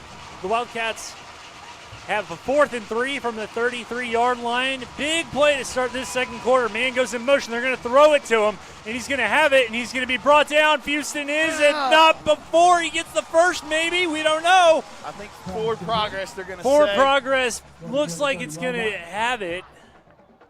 It's going to be right at, they're going to give him the first down. The white hat is saying definitively that is a first down. Guys, those two last first downs were literally 10 yards. No more, 10 yards exactly. Yeah, just a little motion out there. Good job of pitching and catching. Whenever he sent the man in motion, my brain didn't know how to comprehend, but they won't have a running back. How do you run the flex? And it's like, they can technically still pass. You're just not used to seeing it. And a lot of things that kind of make you reconsider, with this offense makes you reconsider, you're not dropping back very much as a quarterback. No. It's going to be a handoff up the middle of the wood, and he's going to be met by a couple of Elgin Owls, but it's going to take a couple more to push him out, and it looked like, I believe that was Colin Donnelly was the first one. Michael Adesola, it looked like Jace Williams was actually the last one to meet him out there, as we see. Shea kind of got his hands on him first and Shea did a good job of pushing him back. out. We've mentioned all year about guys like Shea and Michael, and especially Shea and Jace playing nearly every snap of football outside of some of the special teams. So they're true warriors. True warriors. I was about to say 60-minute men, but we only play 48. It's going to be met by Wood, by Shea Spencer and Colin Donnelly. Add to those tackle totals for two absolute beasts on this defense. Yeah, Colin's leading the team currently. I don't know how many he has so far tonight. I can count at least 5 off the top of my head, and my memory's not even that good. Coming into the night, he had 113, 114 or so on the year. Shea Spencer second on the team in tackles from that defensive end spot, which is an amazing feat as well with 67 tackles. So. One of the other really amazing stats that I counted this week when going over all of their stats, 6 pick sixes this year. Of 18. So 33% of the time. time. 1/3, 1/3 of the time, it works every time. 3rd and 8 now from the 28. Another third down for Piedmont, and they're going to keep it with Mars, and he's going to be met. There's flags down, but he's going to be met by Williams and Crabtree and pushed out. Actually, Donnelly and Crabtree. Let's see. We're going to see what this flag is. I'm going to guess maybe an illegal formation since they didn't blow it dead before the play. Yeah. Possible. We saw some Elgin players looking somewhat positive, so I don't believe. I would think we would. Jack Angley is. I think we would decline this because it would bring up a 4th and 10. Yeah, they're motion to decline. Okay. I mean, I know they're discussing it because it'll depend on what kind of penalty it is, how far it'll push him back. I think it's a chop block there. So it is going to be against the Wildcats. Chalmers, yep. And declined by head coach Chalmer Wyatt. Yeah, he's going to decline it. Yeah, and the white hat was shouting over Chalmer, "Are you sure? Listen to me." 4th and 10 right here. Probably still go for it on this side of the field. You would think. Interesting play call right here for both the offense and the defense. A lot of times in this type of situation, Coach Baker likes to bring pressure so that way the quarterback has to get the ball out of his hand quick. And your D-backs need to be ready here. I know they don't pass a lot, but when it's 4th and 10, it can serve as a punt. 4th down and 10 from the 30-yard line. Crowd getting pumped. It's going to be a pass from Mars. He's looking deep, and it's going to be tipped away. Good job by Brody right there playing that safety spot. Forces a turnover on downs, gets the ball back to the offense. Great job by the defense right there. Great stop by that defense. Throughout tonight, we're going to try and bring you some scores. We'll be looking on Squirtle to kind of see how everything shakes up here, not only in 5A, but throughout the state. We got some of our other channels, other teams in our network that are in the playoffs. 9 of our 11 this year made the playoffs, so congratulations to all 9 of those guys. Yeah, one of the tough things for a team like Lawton High, having to go all the way out to, I believe it was Sand Springs. Yeah, I think so. Which is out near the Tulsa area. So 1st and 10 from the 30, 10-13 to go in our LFOP. Second quarter is going to be handoff. Not much room. Oh no, I spoke too soon. It almost looked like Matt Lund got some face mask pulled. So it did look like that the way he got jerked back, but it wasn't just a jersey pull. Okay. Gotcha. Well, see, this is why it's nice to have. That's why Joe makes the big bucks down there. Yeah. That and me buying all the Jolly Pops at his store. But yeah, just kind of got bottled up right there. Almost was able to sneak out of there, but good job by the Piedmont Wildcats of staying home. But yeah, a reminder that the Fraternal Order of Police from Lawton and the Lawton Police Officers Association are your second quarter sponsor tonight. We thank them. Police Lodge 98. So, 2nd and 9 from the 31. Laura going to hand off. It's Lund again. He's getting blocks from Shea Spencer and brought down after a minimal gain, and it looks like that was Shelton. Trace was trying to get a play clock reset there, and the referee wouldn't do it for him. Yeah, I saw that. So I had to kind of snap that one a little bit faster than normal, but brings up a 3rd and not 7 right here. So be a big play call right here if we can pick this one up and keep the momentum going on our side. If not, probably looking at punting it away. Maybe see Trace on the outside here, maybe rolling out or something. Got 3 receivers, 2 to One-on-one the left. down here with Adesola. Yeah, Michael Adesola with one-on-one with Shelton. Everybody within 5 yards of the line of scrimmage. So Shelton appears to be playing kind of bump man coverage there, right? And he's going to look for Adesola down the sideline. It's one of their favorite plays. It's caught. Is he in bounds? Oh, they're going to say he didn't have possession in bounds. Incompletion on the 3rd down. Man, nice real close, but looked like, I'm standing on the sideline here. When he let that go, my exact thought was he might have let him out of bounds. Okay. Yeah, kind of great catch, good throw, but wasn't able to get that 1 foot in. So brings up a punting situation right here.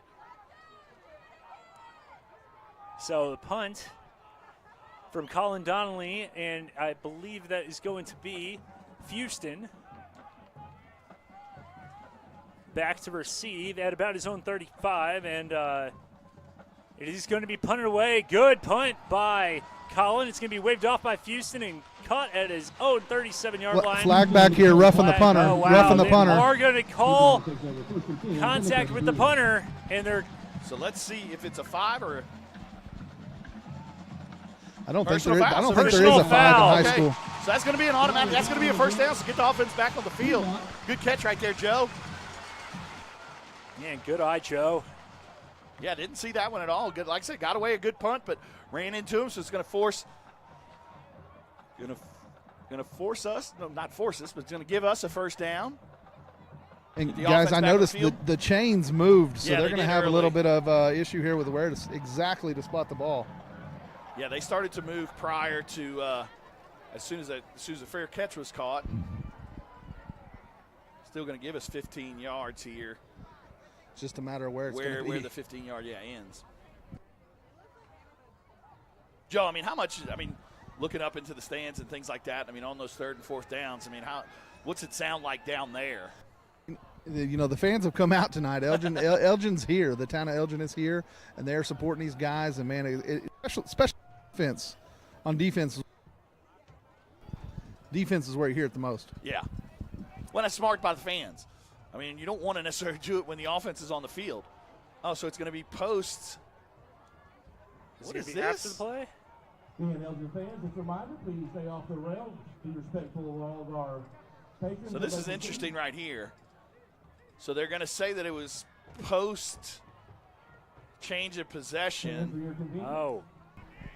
So it wasn't necessarily a roughing, but it must have been after the play. So it's a personal foul of some sort that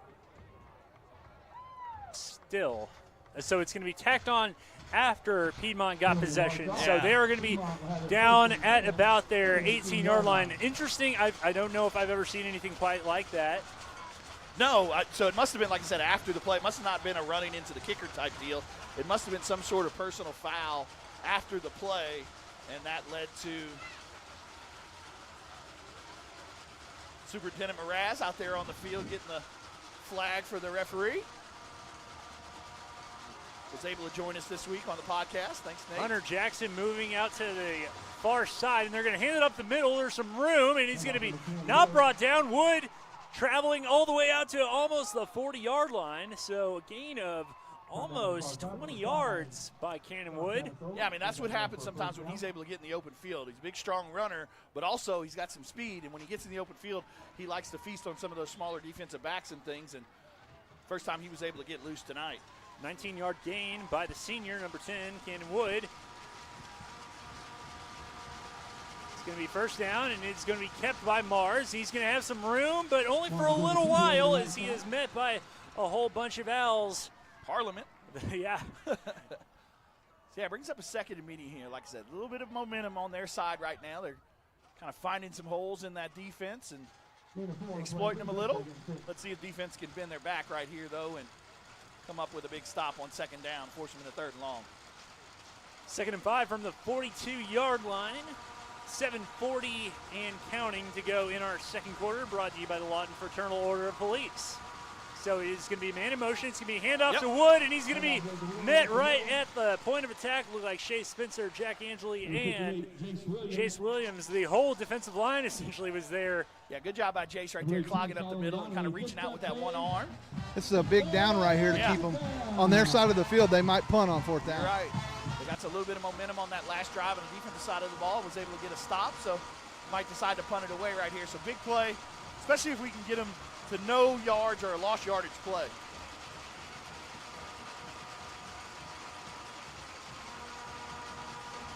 Third and 4. It's going to be kept by Mars, and he's going to have a little bit of room, but not enough. With a little extra effort, it might. Well, we will see. I tell you what, that line judge on that side, he keeps giving them great spots. That's for sure. Yeah.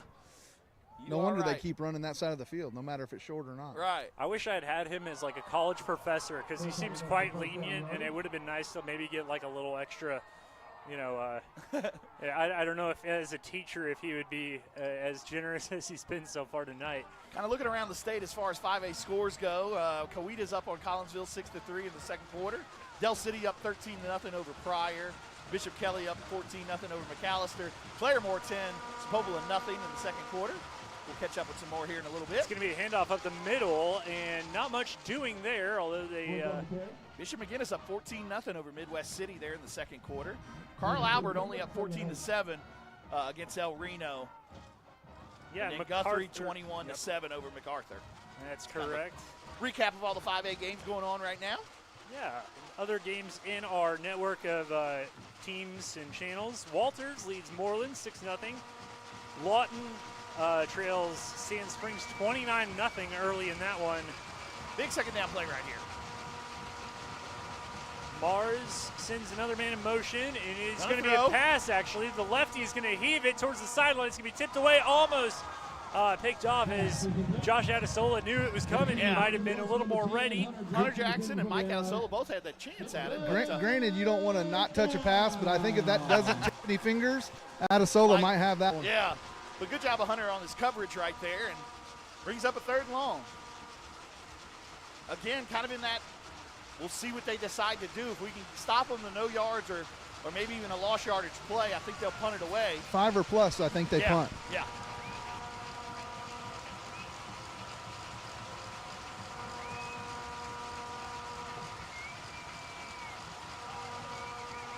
It's going to be kept by Mars. He's going to pitch it out, and he's going to be met. Good job. Not much doing. Talk about reading your keys there. I saw the number 10 get tackled, the quarterback got tackled, and then the pitch man got tackled in 2 yards. So great job by the defense. Yeah, good job by Josh Adesola there on the outside of staying home, not getting kind of caught up in all that wash. And like I said, going to force a punt right here. Good stand by that Black Flag defense. They have not beaten themselves really at all year. They have made you work for any yardage and points that you get. And it's going to be a punt and get out kind of the of a line drive, but high enough. And it's going to take a bounce that's going to go to about the 23, 24-yard line where it is pounced upon by a Wildcat. And that is where Elgin will take back over with 4:53 left to go in our 2nd quarter. So good job of the Piedmont defense last time. Kind of first time of the game, able to get a stop on us. So see what the offense comes out and does right here. 4:53 left in the half. Be big to get the score here right before halftime. Yeah, absolutely. They do get the ball at after halftime. We decided they deferred, so we got the ball. So yeah, it'd be big to punch one in right here to go up 3 scores. Split backfield, and they're going to send London motion, and it's going to be kept by Meyer. Meyer's going to move up. I got to be honest, Ritson looked almost a little too antsy to get out of his blocks there. I was worried that they might call an illegal motion or something of the ilk. Did want to give a shout out to some old friends of mine back in Texas who are watching and listening to the game. Good friend Patrick Ryan, who was a former police officer. He said, "Man, you guys giving the Fraternal Order of Police a shout out." I go, "Well, heck yeah, man. We love the work they do." See right here.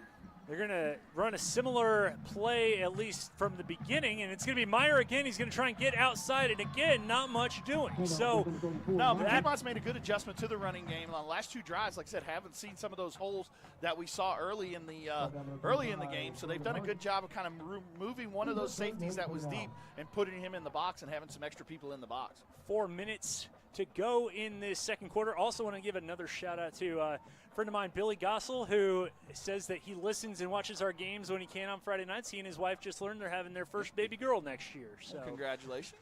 3 wide receivers to the right, 1 to the left. Empty backfield for Laura. He's going to shuffle, and he's going to throw down the sideline to Lund, and he's going to be met by defenders and be picked off. No flags.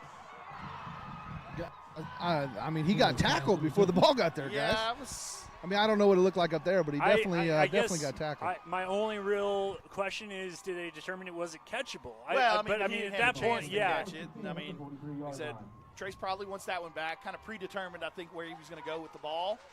Didn't read that deep safety, but again, like you said, I mean, kind of. He did have to slide in the pocket there to the left, Yeah, too. he did a good job of that. But yeah, just kind of tossed it up there, and good job of that free safety of reading Trace's eyes and going to get the ball. So let's see what the defense does right here on a sudden change opportunity. 1st and 10 from the 43. Piedmont now has the ball after Laura's only 4th interception of the year.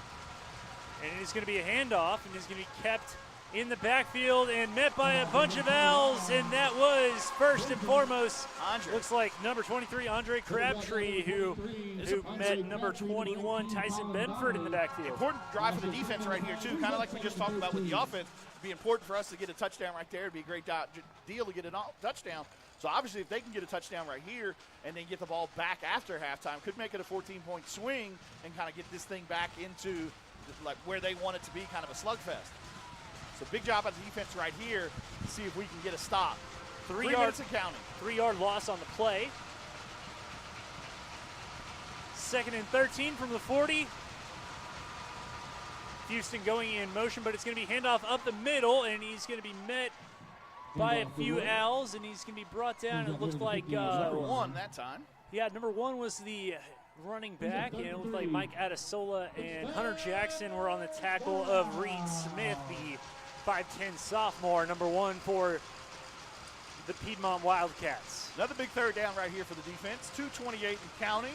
Yeah, I don't see, well, no, it looks like Smith's going to stay in the game. I don't see Cannon Wood out there. And they are going to send Houston in motion. It's going to be kept by the quarterback, Mars. He's going to be get a first down, but be brought down by some Elgin defenders. It looked like, I believe Ritson Meyer was one of the primary tacklers on that play. I know we talked about trying to score when we had the ball, but here we need to keep them out of the end zone, that's for sure. Absolutely. Yeah, because, I mean, like I said, they get the ball after halftime, so if they're able to score and not leave us any time, get the ball right back and try and tie it up at 14-0. That 14-14. We've talked about how, and we heard this from Eric Sherem last week, when you play a team like Piedmont, they can take up half a quarter in the blink of an eye with the way that they play offense. It's going to be handoff up the middle, and it's going to be Wood, and he's going to be brought down. Shea Spencer and Peyton Christensen are going to drag him down finally, and Shea is going to, it looks like we're going to have a timeout here. So we are going to take a timeout as well. 1:28 left to go in our second quarter. You're watching Elgin Now football on the Oklahoma Sports Network.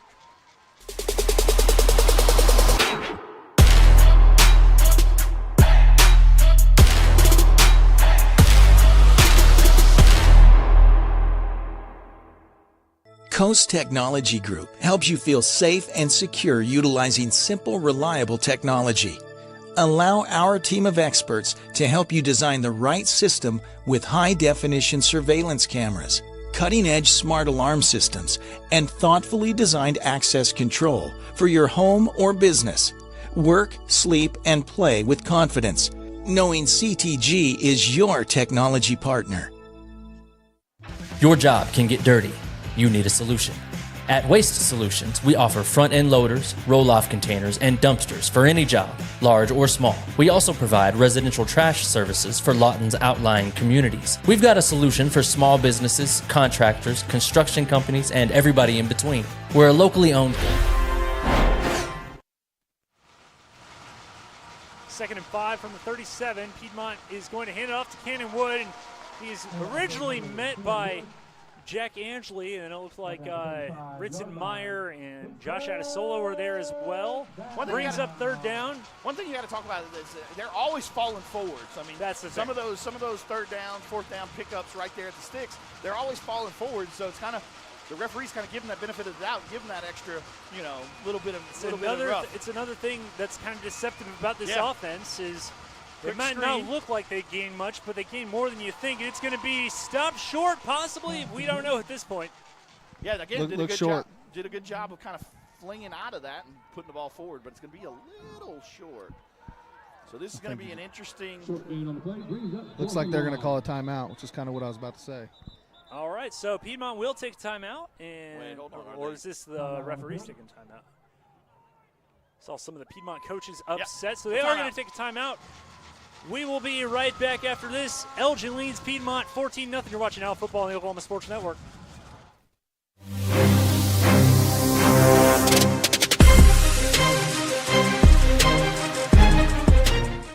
Your job can get dirty. You need a solution. At Waste Solutions, we offer front-end loaders, roll-off containers, and dumpsters for any job, large or small. We also provide residential trash services for Lawton's outlying communities. We've got a solution for small businesses, contractors, construction companies, and everybody in between. We're a locally owned company, and we've been serving our community for 21 years. We love Southwest Oklahoma, and we take care of our own. Every dirty problem has a solution. Waste Solutions. Click or call today.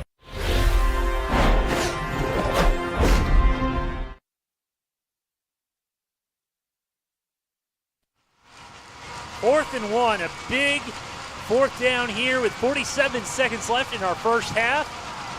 Piedmont trails 14-0, and it looks like Mars has the first down and a lot more, down to past the 25 and getting close to the 20. So good play by Joshua Mars. That is one thing about these offenses. You may think, oh, this offense, that would never work here or there. If these kids have been playing this offense for years, you know all the ins and outs of it, and Joshua Mars absolutely, you talk about what kind of quarterback is he? Well, he's the perfect quarterback for this offense. Well, it's a difficult offense to prepare for. It's a difficult offense. He's going to throw deep, and it's Josh Adesola who tips it away. Good job by Josh right there. It's a difficult offense not only to prepare for, but it's hard for the scout team to kind of mimic it because it's not something that you see every day. Right. So I think they're feeling it with the 21 seconds there. Yeah, no, I think 21 seconds. Second.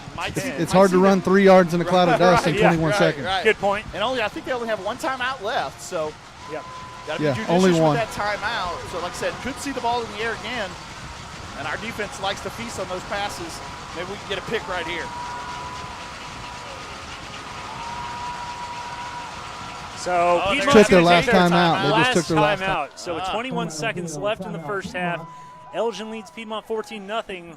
I would chalk that up to the crowd there. That was pretty. You are watching Al Football on the Oklahoma Sports Network.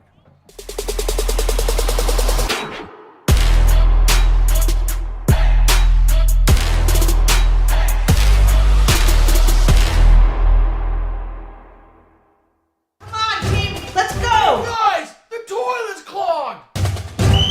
Stop again! Oh, that's gross. Unnecessary clogging. 30-minute fix. We'll have you back and using the toilet in no time. Don't let bad plumbing penalize you. Call Whitehead Plumbing today. When plumbing problems hit hard like a linebacker, call an audible. Whitehead Plumbing is here to tackle them head on. Whitehead Plumbing, the real MVPs. Yeah! Woo! We're your plumbing MVP. Where sports is our middle name. So 2nd and 10 with 21 seconds to go. Piedmont is out of timeouts. You fear they're going to throw it, and they do. Mars looking to the left. It's going to be thrown to the end zone. Tipped by Hunter Jackson. Woo. If Hunter doesn't tip that, that's probably a touchdown by Jaden Houston, and Jaden is. I don't think there's any probably about it. Yeah, good job. Oh, yeah, and we got a hold right here, so. And it's going to be declined. No, let's push him back. Well, No, you got to take it here. Only 16 seconds. You got to make it as long as possible. Yeah, that's what Jack Baker is saying. Yeah. It's I know it would be 3rd and 10, but you want to keep pushing them back, especially with no timeouts now. You're replaying 2nd down, but still. Got to keep everything in front. I like it. The only reason I said about the declining was the first thing I saw was the official waving his arms. I think he was more signaling to Chalmer, hey, do you want to decline it or not?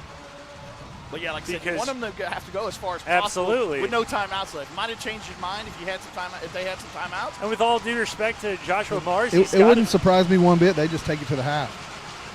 We'll see as they're lined up in kind of their typical formation, but with 2 wide receivers bunched to the left, and it is going to be a pitch to Cannon, and Cannon Wood is going to take it to the 20. But that's going to run the clock. That's going to run the clock. He's not, or is he going to get the? That should be it. That should be it. Yeah. 4. He didn't get the first down because 2, of the penalty. 1. So they're gonna. Are they gonna clock it? No. That's it. No. They're gonna say he's he got say 1 second. more down. No, that's the end of it. He's saying that was the end. Okay. He's saying that was the end. Is that what the left? Okay. That's it. That's a halftime. End of the first half. Elgin. Yeah. We're going to try and get Coach White on the way in. Here we are. All right. Coach, that's a big stop to end the game, in the half there with them getting the ball. What are your thoughts? Yeah, huge, keeping it 14-0 right there before the half. We'll go in, catch our breath, regroup, and we got to come out and capitalize on every possession offensively. Hey, great start to the game, Coach. That's head coach Chalmer Wyatt with Joe Abshire. So big stop there by the Elgin defense. Keeps it 14-0 at halftime in this first round 5A playoff game. We will be back for some more halftime analysis. You're watching Al Football on the Oklahoma Sports Network.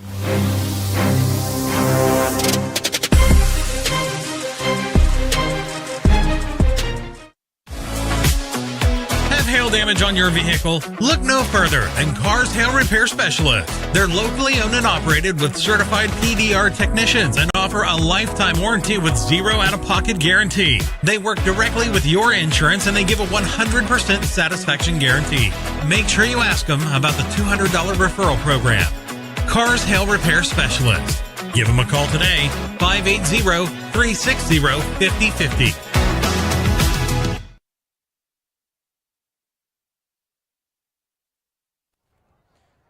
We are at halftime for the with the Oklahoma Sports Network as Elgin leads Piedmont 14-0 at halftime.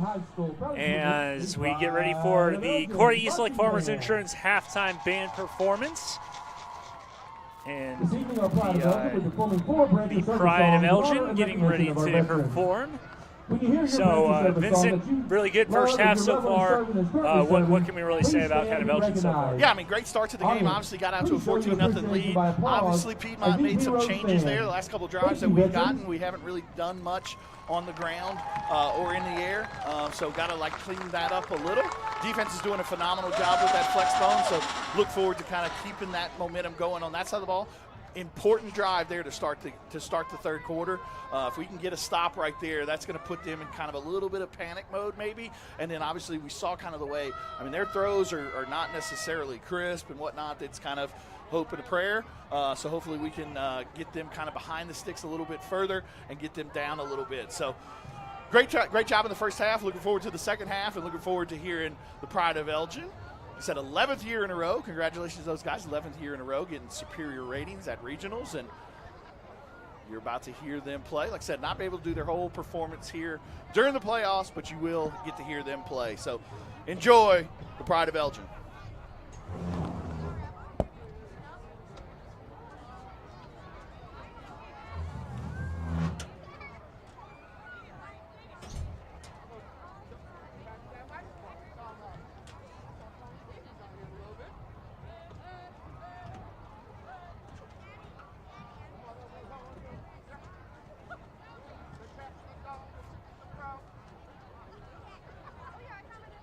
Again, fans, the Pride of Elgin Marching Band.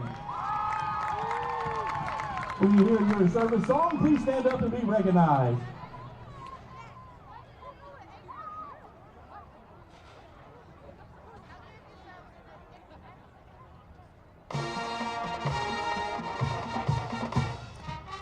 United States Marine Corps.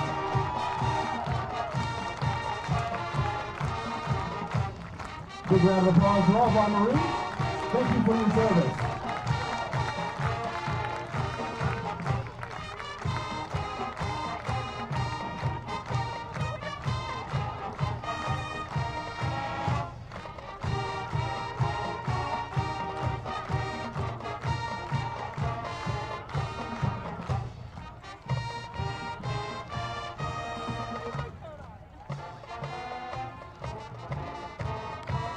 United States Air Force.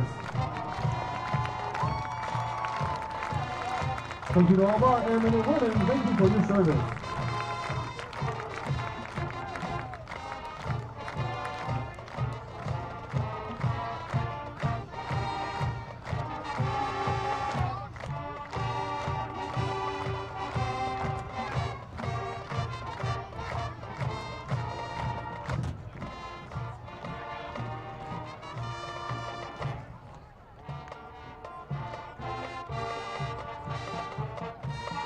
The United States Navy. Thank you to all those who serve in the Navy.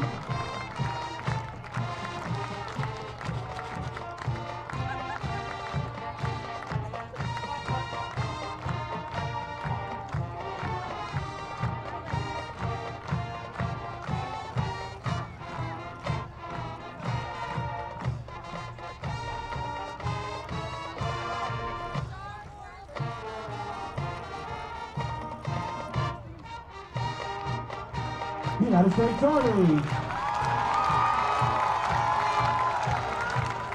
Thank you to all of our soldiers for your service.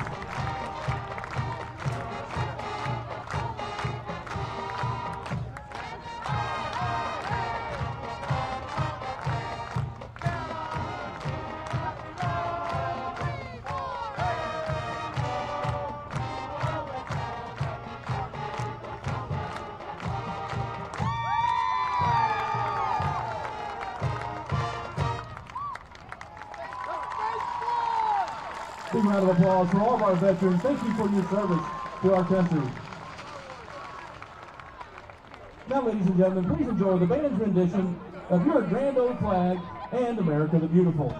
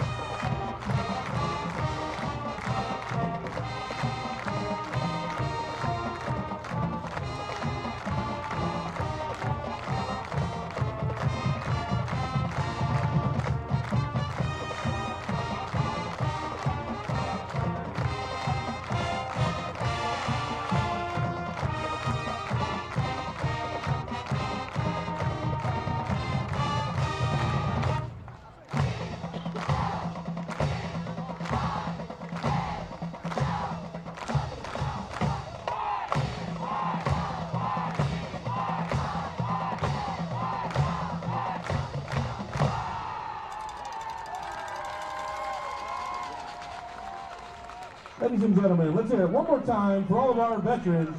Thank you for your service. And that was the Pride of Elgin performing during halftime. I want to thank our halftime sponsor, Corey Easton, Farmers Insurance. I want to thank her throughout the season, doing a great job. She's been a big supporter of the Owls ever since our time here at OSN. So thank you, Corey, and Corey Easton, Farmers Insurance. Also want to thank our playoff sponsors, Larry Bush, State Senate 32, Robertson Therapy Services since 1995, Vincent Saylor State Farm, K5 Overhead Doors. Call them today at 580-695-0580, and Rowan and Robertson Pediatric Therapy. Thank those guys. Like I said, by their sponsorship, we're able to bring this game to you free of charge. We hope to bring this one to you next week as well. As the Owls are currently up 14-0. If we are able to pull this one away, we will have home field again next week against the winner of Collinsville and Sepulveda. But in the meantime, you're watching Elgin Owl football on the Oklahoma Sports Network. We'll be back after some of these messages.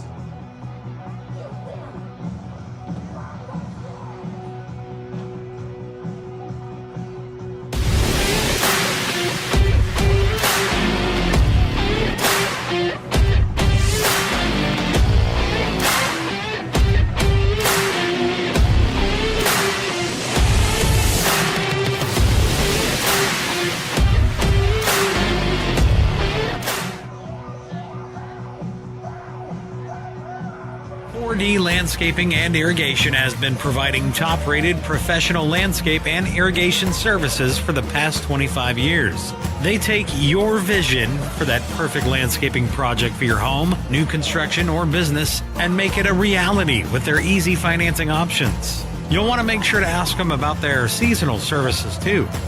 4D Landscaping and Irrigation. Call 510-9983.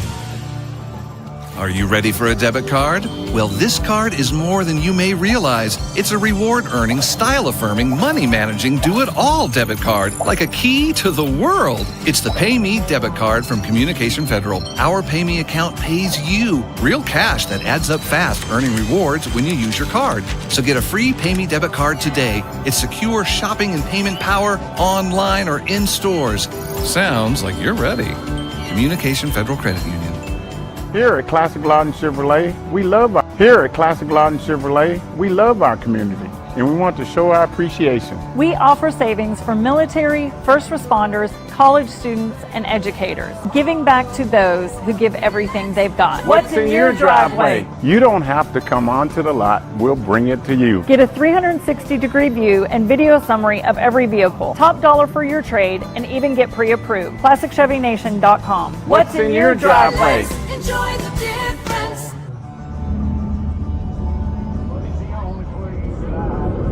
Where sports is our middle name.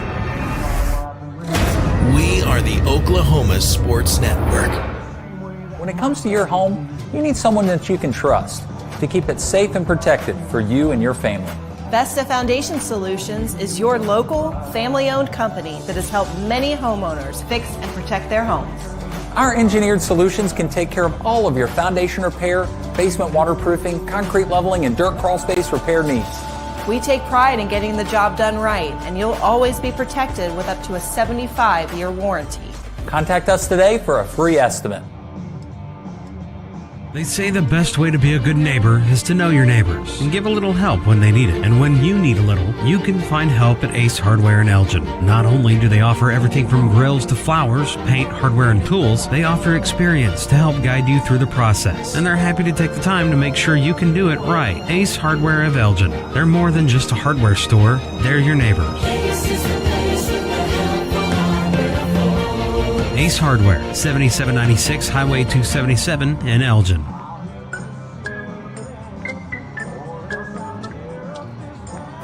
Are you ready to find your dream home? Let's find it together. We can help you find that perfect home and walk you through the buying process. Or maybe you just want to sell your home. We can help with that too. Hi, I'm Pam. And I'm Barry. We've been helping buyers and sellers for 21 years. Together, we can help you sell your home. We're not bragging, we're just applying for a job.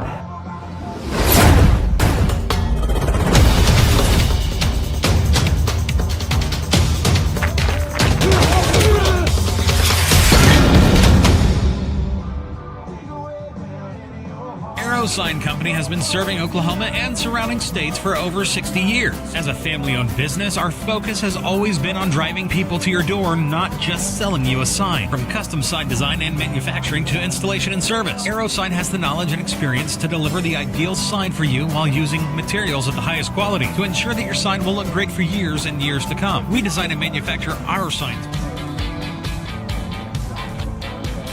Goodbye, paperwork. Hello, convenience. Farewell, waiting. Hello, personal service. Catch you later, dreaming. Hello, planning. Buy your dream home, connect with a personal banker, and easily schedule an appointment with digital tools from Arvest Bank. Goodbye limits, hello possibilities.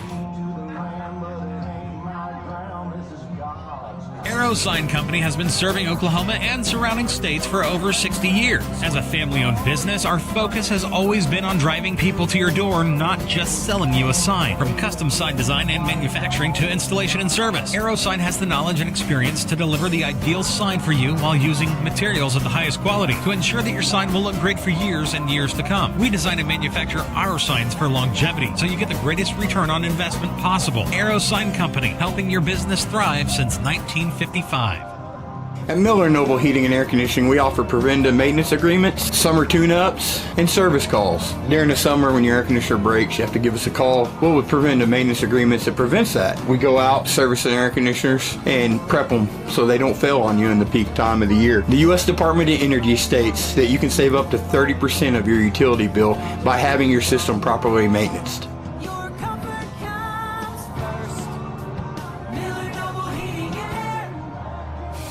Are you looking for more than just a job? Barres Foods in Lawton offers a career with a competitive starting wage, opportunity for advancement, life and health insurance, including medical, dental, and vision, as well as 401k retirement plan. At Barres, you can be proud of a company that gives back to the community. But most of all, you can take pride from making a quality product. Barres Foods, making the best tasting hot dogs and smoked sausages, the food America likes to eat. So come be a part of a winning team and start your path to success today.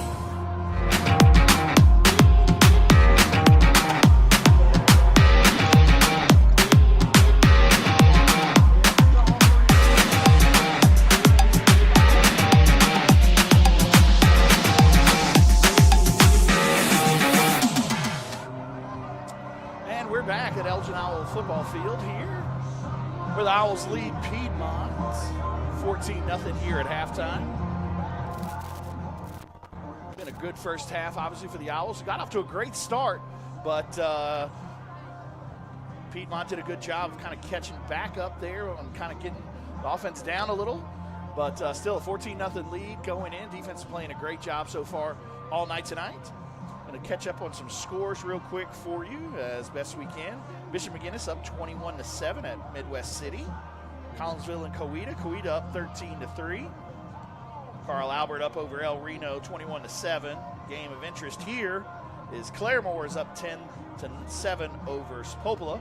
We would play the winner of that Claremore-Sapulpa game. So got a lot of things left to play for here in the next 24 minutes.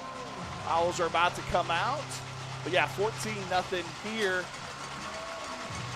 during your Corey Eastlick Farmers Insurance halftime. We'll be right back after a few more commercials. You're watching Elgin Owl football on the Oklahoma Sports Network.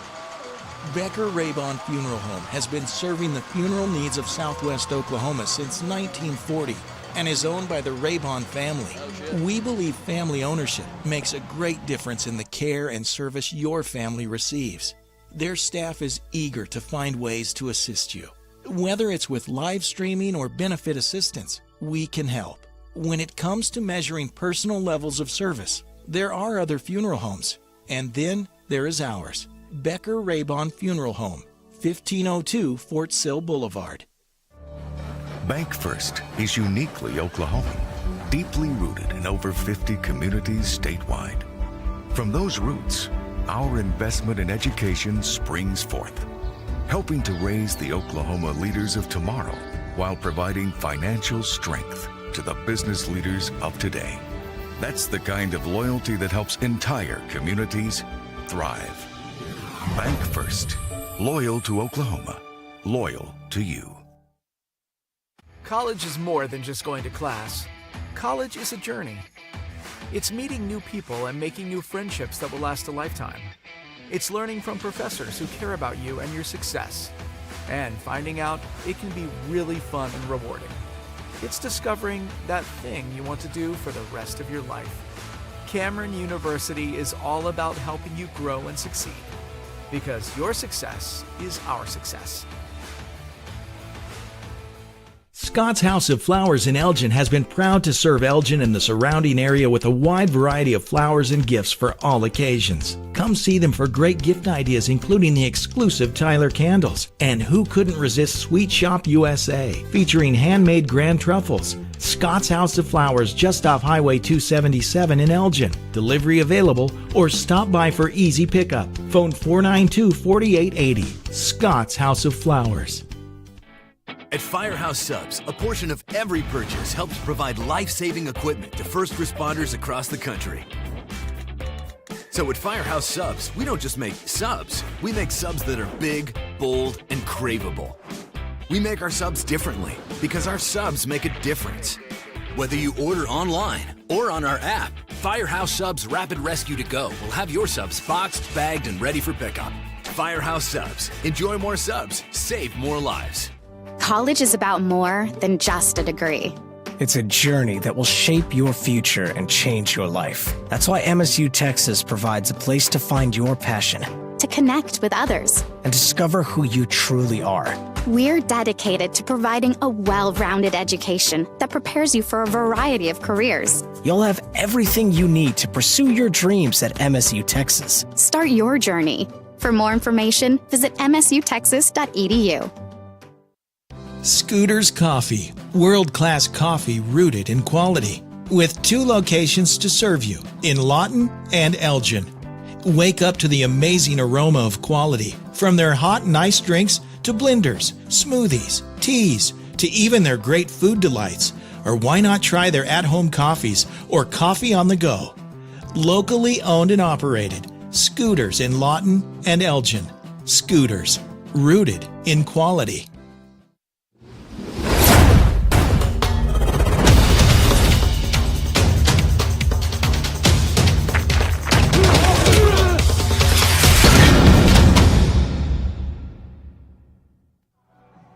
Welcome back to Elgin Owl Football on the Oklahoma Sports Network. This playoff opener in Class 5A as we wrap up our Corey Eastlick halftime. The Owls lead Piedmont 14-0, and thank you for watching us. Glenn Brockenbush with Vincent Saylor and Joe Abshire down on the field with us tonight.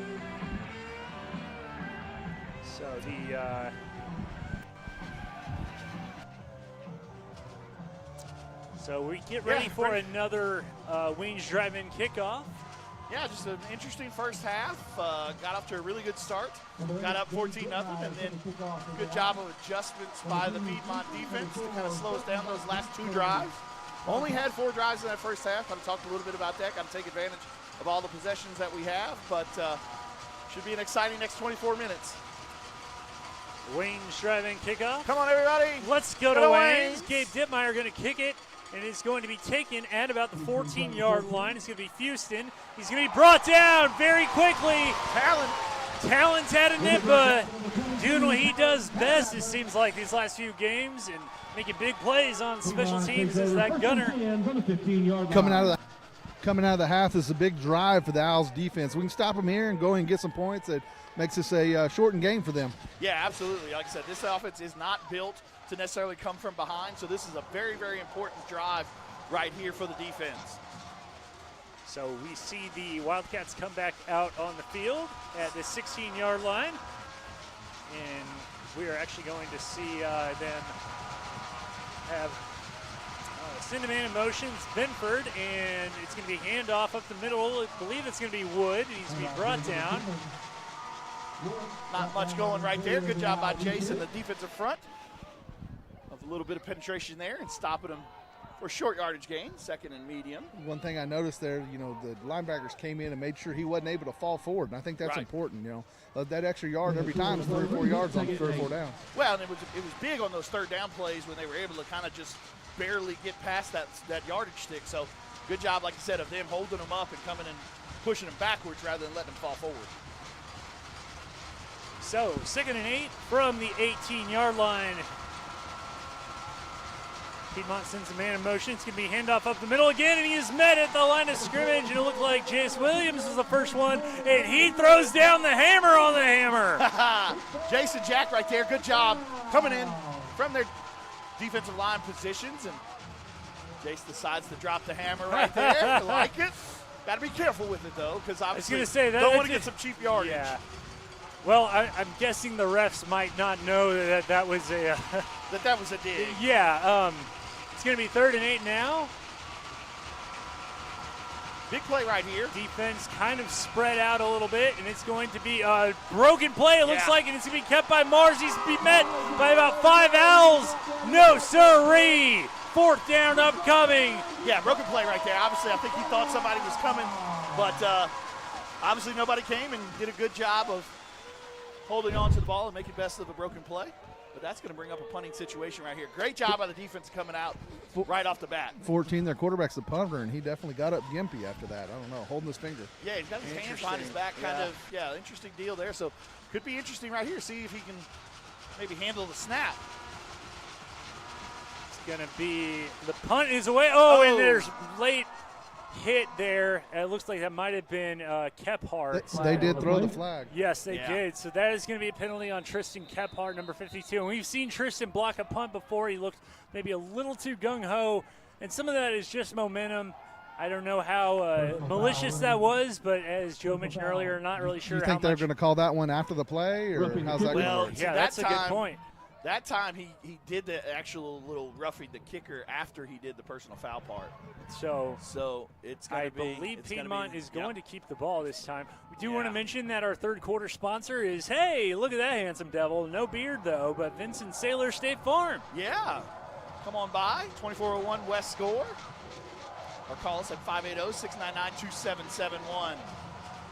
Also, again, like I said, want to thank our playoff sponsors. Those guys have done a great job for allowing us to bring this to you, and you're able to watch it for free. So, new lease on life for the Piedmont Wildcats from their own 32. It's going to be kept by Mars, and he is taking Colin Donnelly for a ride there. As Colin met him initially and then just kind of kept his momentum going. So he's going to gain about 5, it looks like. It's going to be 2nd down upcoming. Yeah, defense got to do a good job right here. It's almost like a turnover. So it's kind of that sudden change opportunity right here.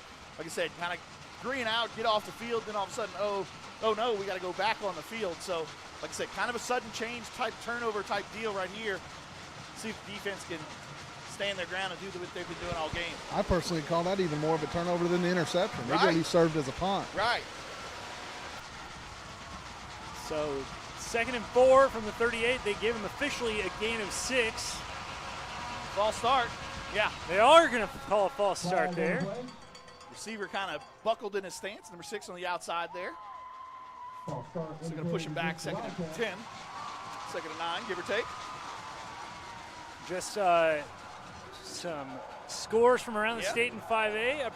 The winner of this game here tonight gets the winner of Claremore-Sapulpa. The Claremore Zebras were up 31-21 at halftime on Sapulpa.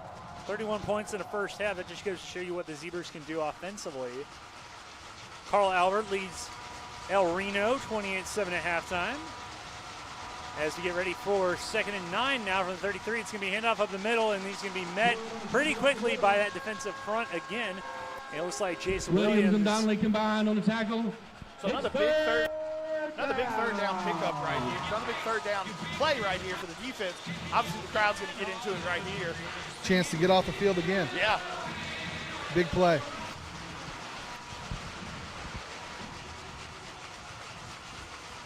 So 3rd and 7, 35-yard line, 8:24 and ticking in our 3rd quarter.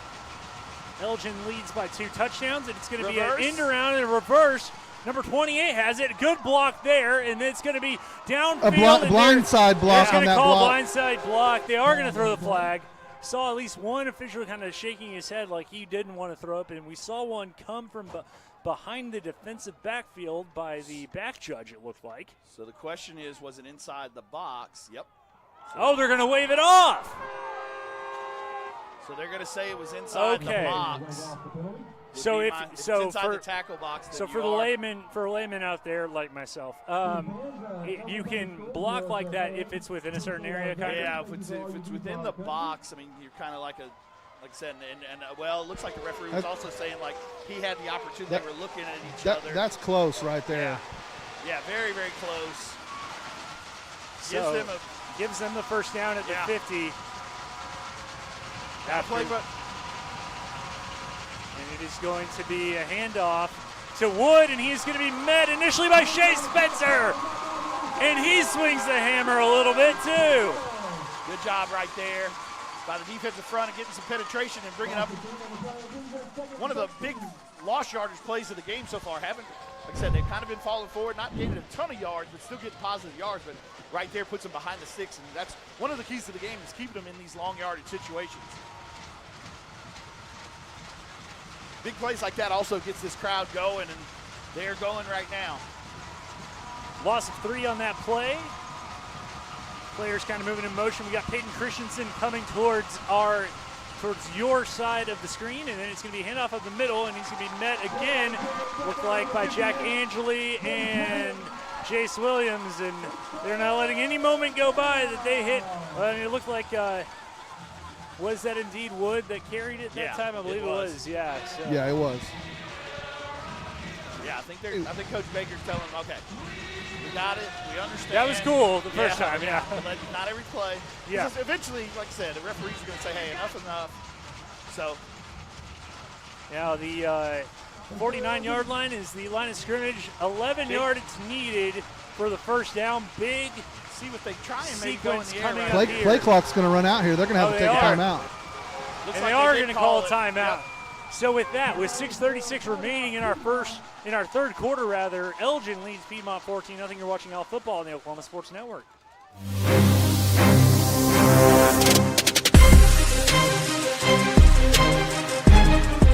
It's real red wine vinegar and olive oil blend. It's called the Juice. And at Jersey Mike's, it adds that jazz to your sub.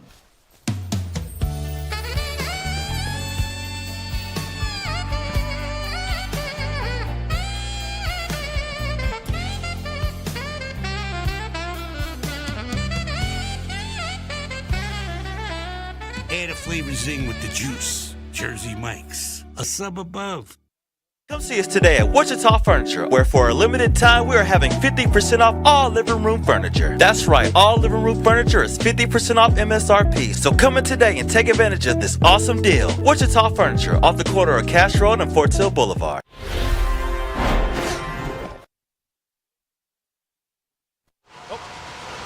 Big third down right here. 3rd and 11.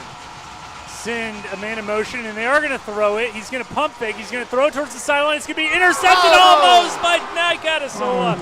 Number 4, Mike, had jumped that route. They also already had bracketed coverage there on the receiver. That was a risky play there by Mars. But at this point, you got to roll the dice if you're, if you're the Coach Hall with the Piedmont Wildcats, and they're going to. In a 3rd and long situations, obviously going to try and put the ball in the air.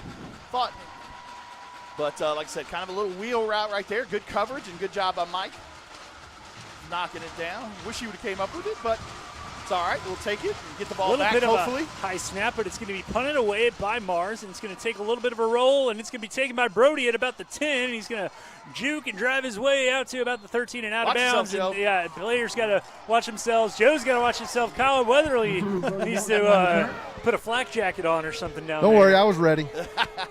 You were nimble right there, Joe. That was good. I liked it. Yeah. Hey, but a smart play right there, keeping it because it's probably down inside the 5. Pick it up, even though he didn't gain very many yards. 10 on the 16-yard line. And so it's going to be an important drive right here. First drive of the second half for the offense. 13-yard line. 13-yard line, 1st and 10, 6:20 to go in our third quarter. Referees are talking about something right here.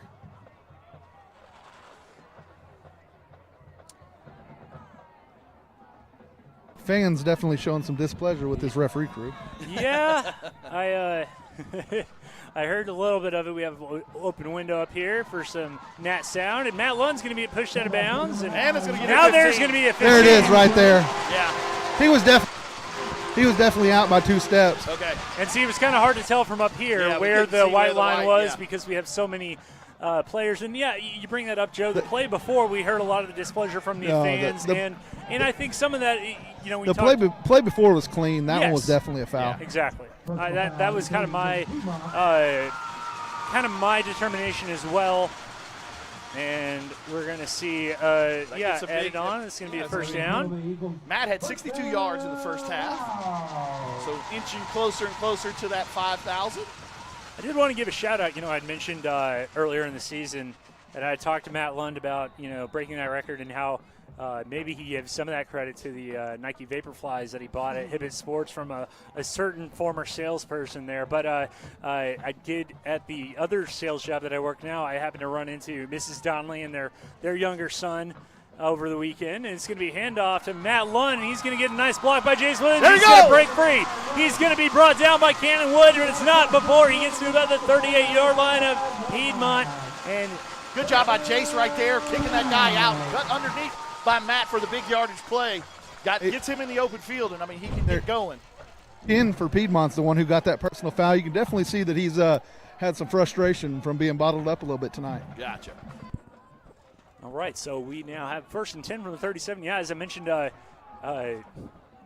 also wanted to give a shout-out to the Donnellys because I didn't put 2 and 2 together at the time. It was their younger son who found my phone for me. Brody found my phone for me when I lost it on my wild excursion to the Midwest City concession stand last week. Brought down by number 25. Yeah, good play there by number 25. Brogan Hardy. Kind of folding back right there. Looked like Matt had some running room, but was able to fight off of that block and fold back. And still a big pickup, though. Still a 3-4 yard pickup by Matt.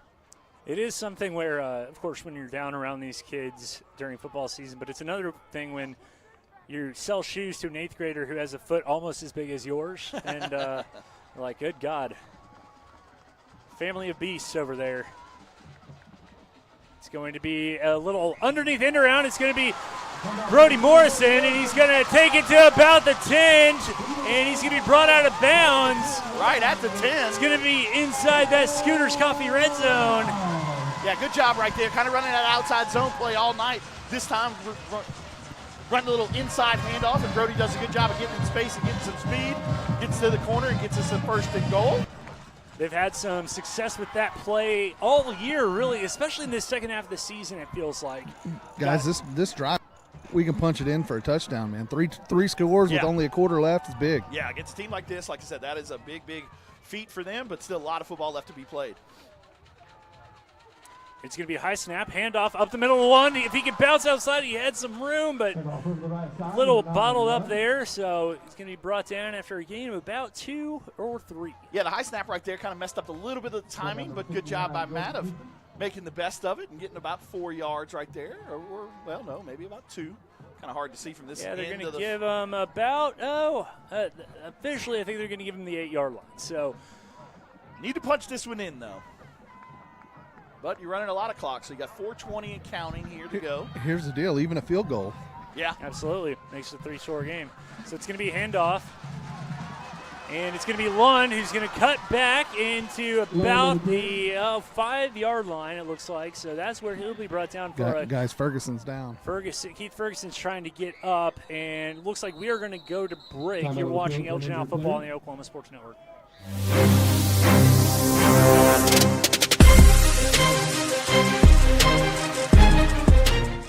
Step into the best chapter of your life, one with rheumatology care from a provider who focuses on your well-being and getting you back to what matters most. Dr. Shahzad is dedicated to building long-lasting relationships based on trust and medical integrity with every single patient. Schedule your telemedicine appointment today. Don't let rheumatoid arthritis or other inflammatory conditions stop you from enjoying life. MMG, the power of many for the benefit of one.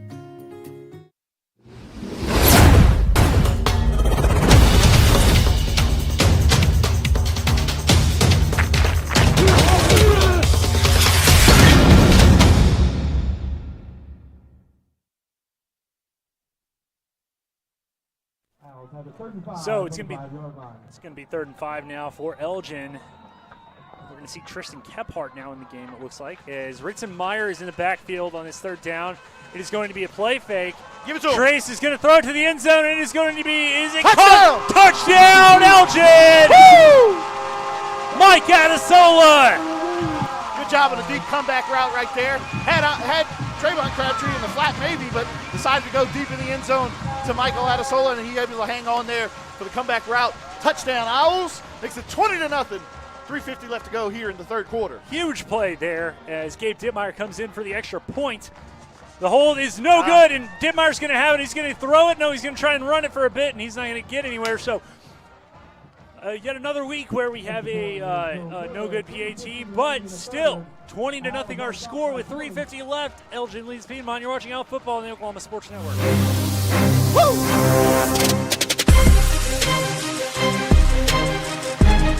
When it comes to your health, you want and deserve the best. You want a hospital with the highest quality scores in the region and one that provides safe, excellent care. Southwestern Medical Center has been a part of this community for 115 years and has a history of delivering compassionate, skilled health care to Lawton and Fort Sill. Choose the hospital that has always put the health of this community first. Southwestern Medical Center. Be well. Live well. That's why we're here.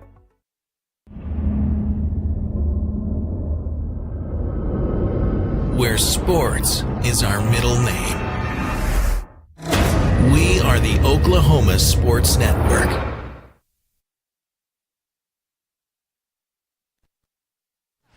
Top of the foot. Okay, so from Joe Abshire, hearing that Keith Ferguson is being looked at right now on the table as we get ready for Gabe Dittmeyer's Wayne's driving kickoff. Come on, everybody, let's go to Wayne's. It's going to be taken deep at about the 10. I believe this is Houston. He's going to be taking it to about the 25 to 30. He's going to have a little bit of room down that sideline and be brought down at about the 33, 34-yard line. Wichita Furniture scoring recap right there on that one. Got the ball at about the 13-yard line, so went 87 yards. Capped off by the touchdown throw from Trace Lord to Michael Adesola. Helped out on a few long runs by Matt Lund. On those 4 kickoffs, Piedmont's guessed right twice on which way to return. Right, yeah. And they've had good returns. The times they haven't, it hadn't been very good for them. It's okay, Joe. You can say on those Wayne driving Yeah, we've got a guy who's got his own face on our screen right now as we have a false start. I'm going to start in my own business just so I can put my face on screens. Look at it. 1st and 15 here. Probably helped out with the crowd right there. Vincent, you need to create like your own, well, I guess technically you guys already have a mascot really in Jake. But I mean, yeah, Jake. Create your own like mascot or something that we can have fun with. There we go. Going to be a handoff up the middle, and he's going to be met. Not much doing by that black flag defense. Colin Donnelly in on that tackle as he. I mean, even the big plays they've had, it's really been the quarterback. Tim's been bottled up, and like I said, some of that frustration showing on defense, it looked like. And again, it's going to be one of those things where, you know, we've seen this from Piedmont prior years when they were good. This is an offense built on big backs, and you know, if you're not necessarily getting huge runs, you know, with the speed, you're going to be pounding it up the middle. And it's going to be keeper by Mars. He's going to be met by about 4 or 5 Elgin Owls. Brings up a 3rd and long and here. We're going to see. Looks like one adjustment the defense has made there is instead of trying to get off those blocks, they're basically just pushing them back into the quarterback, letting the other guys come. Right now, rather than trying to get around them. Absolutely. Looks like that might have been the adjustment at halftime. Yeah. Well, and that's one of the things about this offense is it's all about kind of the zones that you block and about kind of the width and, you know, size of kind of the holes, the spacing between the blockers. Because they do have a pretty sizable offensive line. That left guard, number 74, Scott Logan. A little confusion here getting lined up. 3rd and long. Let's go, crowd. Say, delay a game there. They had to take another timeout, one of the two. Wow. Another timeout. So with 2:18 to go, Elgin leads 20-0. You're watching Out Football on the Oklahoma Sports Network.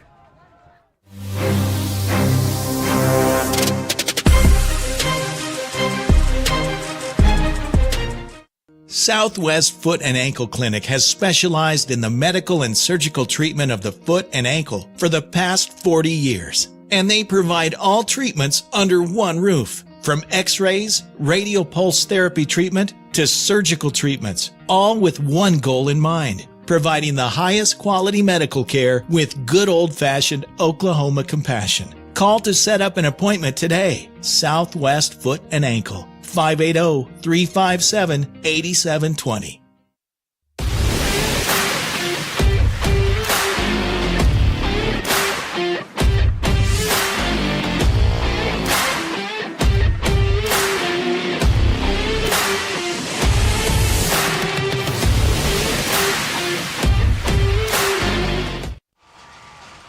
Big third down for Piedmont as they come back out, trailing Elgin 20-0 in this 5A playoff opener here in Elgin. The Owls trying to make a big statement here and make it even harder on the Wildcats. It's going to be a toss to Wood. He's going to have some blocking. He's going to get it to the left. Not going to be nearly enough yardage for the third down, but make it a little more manageable if they decide to go for it in fourth. Got some players jawing a little bit. Yeah, down 20 right here in this situation. I believe they'll go for it. Good job, though, by Colin Donald. No, looks like they can put the I don't know. I think they'll try one more time.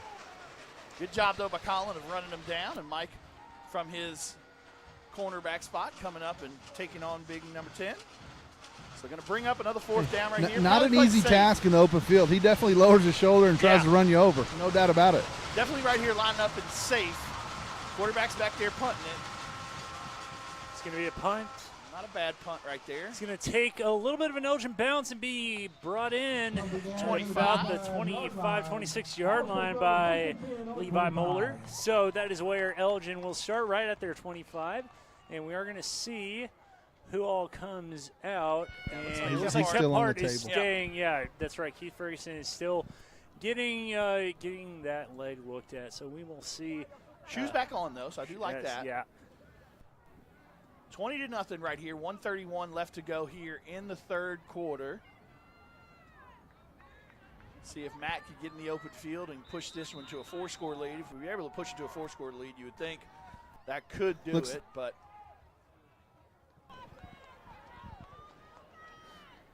So it's going to be a bit of a high snap, but brought in, and Matt Lund is going to push it to the outside. He's going to have some blocks, and it's going to be taken out of bounds at about the 30.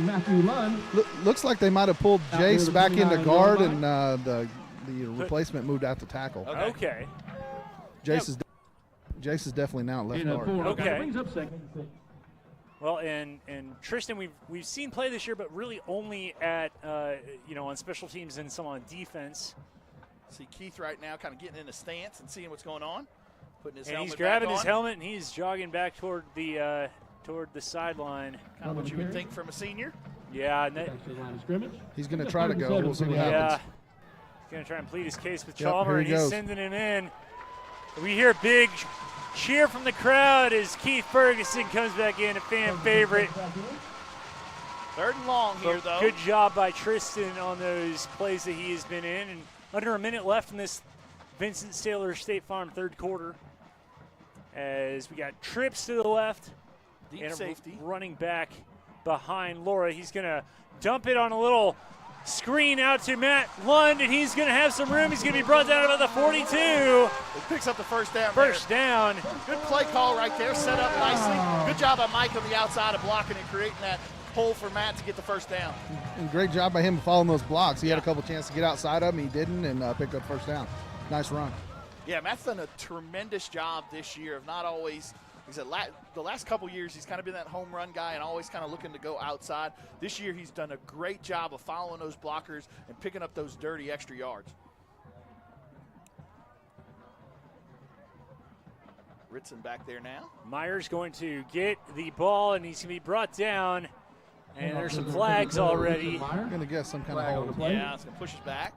Looks like Benford, Moeller, and big number 69 for them, Jordan Fuston. I think we're going to probably let this one, if they start the clock, I'm not sure if they'll start the clock after the penalty. It should rerun, I believe. Okay, so if that's the case, I would assume we'll let this thing roll into the fourth quarter, up 20-0. 10-yard penalty mark off. So will be a 10-yard mark off down to just about the 30-yard line of Elgin. And so we will see that clock start rolling here in just a bit probably, and we'll see if Coach Chalmer Wyatt wants to just take this 20-0 lead into that fourth quarter. Like I said, game of interest right here. 31-21. Claremore still over Spopolis. So I think that was mismarked. It looks like more than 1st and 20, and it should And be 1st and tonight, 20 in at recognition best. of Veterans Day across our country, we'd like to thank you that serve the United States Army, United States Navy, United States Marine Corps. I want to give a shout out to the OSAA, though. Great job by them allowing, since it's Veterans Day, allowing veterans in free. And absolutely. A guest. So congratulations to them. And thank you for to all those that have served. Absolutely. Obviously, that's a big deal here in this part of the state with Fort Sill and all the other bases right around here. Clock won't start till the snap. Okay. So, and now we've got a jump by Talon Owen. It'll be 1st and 15. We'll get this last play off eventually. Yeah, we promise there will be a fourth quarter at some point. Just don't know when yet. And now they're rolling the clock. Elgin we're gonna let it go. Gonna let it go. So, through 3 quarters here at the Nest, Elgin 20, Piedmont 0. You're watching Out Football on the Oklahoma Sports Network.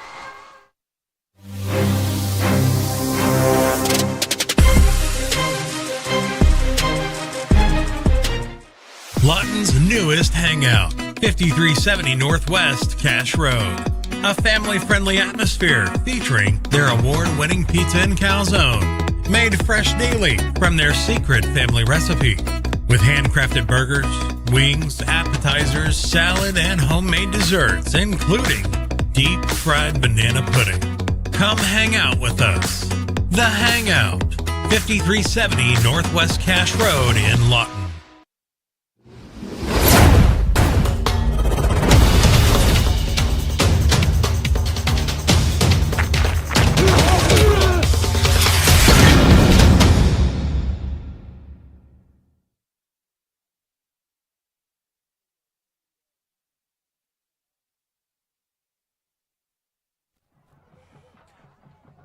So we are back with our fourth quarter, and our fourth quarter is going to be brought to you by the Lawton Firefighters Association.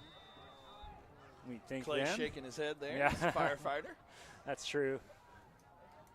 So yeah, fourth quarter here. A lot of A football left to be firefighter who played. doesn't like ladders, which I give him a hard time for all the time. Like, that's the least scary part of your job. He's trying to do the. He's going to throw it deep. Trayvon Crabtree's going to bring it in. Fought through a hold right there as well. Yeah, great throw right there. Had to hit that on the line right there. Kind of talked about it a little bit last week. One of those skinny posts rather than the deep post. Had to get it between that outside receiver, outside defender, and inside defender. Great throw and catch right there. Glad to see Trayvon get his hands on the ball in this playoff game. You know, big play. One thing that it really kind of occurred to me is, each week we send our big plays of the week to Eric Sherem, and our awesome camera person and video editor, Kason Troutman, does a great job in putting together that plays of the week package. As we see a handoff up here to Ritson Meyer. He's going to follow the block of Chase Williams and get a rumble forward, young man. But what I was going to say is we really haven't had too many big explosive plays so far tonight, and part of that is just how stout and disciplined this Piedmont defense has been. And when you think about last week, we didn't really have a huge offensive play. Our play of the week was the pick six by Shea Spencer. Yeah, no, I mean, we haven't really gotten in the open field much tonight. But, I mean, then all of a sudden you look at it, and at the end of the game, Matt always has like 150, 160 sure, yards. Yeah. And then, I mean, he's got probably, I would say, 30 or 40 on through the air as well. Absolutely, so, yeah. So probably about 200 yards total offense for Matt. But, like I said, none of those big plays that we see. Another little swing out there to Ritson Meyer. He's going to be brought down, looks like, by number 21, Tyson Benford. Matt's going to come on in and spell Ritson. We're going to see Adam Eaton come in as well, and Colin Donnelly exits the game. Yeah, third down right here. Big pickup if we can pick this up. Probably 4-down territory. A little bit out of Gabe's distance as far as kicking a field goal here. So don't necessarily have to get it all on one play, but obviously we'd love – so like I said, both the pass and the run is in play right here. It's going to be a handoff to Lund. He's going to follow the blocking of Spencer. He's going to get to the outside, and he's going to try and get into the end zone. Not quite, though. Win it out, give it to 9. But we are going to be in the Scooters Coffee red zone. You're absolutely right. Win it down. Hands with the one to Brudman. Sorry about that. Having a little technical difficulty at the moment.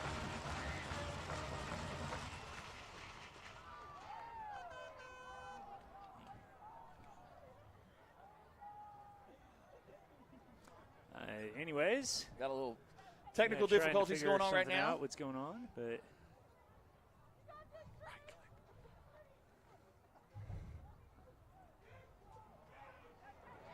and it's going to be a handoff, and it's going to be okay. We're back. Down. Sorry about that. Not entirely sure what happened there. But Matt kind of had a little counter run right there and got to about the 1 yard line. So it's going to be 2nd and goal from the 1. That was close because it sure looked like he was on top. Yeah, kind of reached out over it, but referees are a little bit closer to us than us, so we'll see if we can punch it in here on 2nd down. 2nd and 1, 9:33 to go in this game as Elgin about to try and tack on to their already 20-point lead as Andre Crabtree goes in motion. Up the middle is Matt Lund. He is met immediately. Looks like that was Owen. 60. Yeah, Talon Owen. Let's see, Ritson's coming in. May go. Nope. Bring Matt They're out. going to bring Matt out. We're going to keep Andre Crabtree and Adam Eaton in the game. May see. May one of those little rollout passes. Yeah, possibly. May see Trace on the outside here and see if we can maybe slip Andre underneath. Watch for Andre maybe coming back. Little dump off. So 3rd and goal from the 3-yard line. Nope. It's going to be a run by Trace, and he's going to be met, and he's going to be pushed out of bounds. Nor on the keeper. Forced out of bounds near the 4-yard line. So 4th and see what we decide to do here. Had a trouble last extra point. He's at 4th and goal for the out.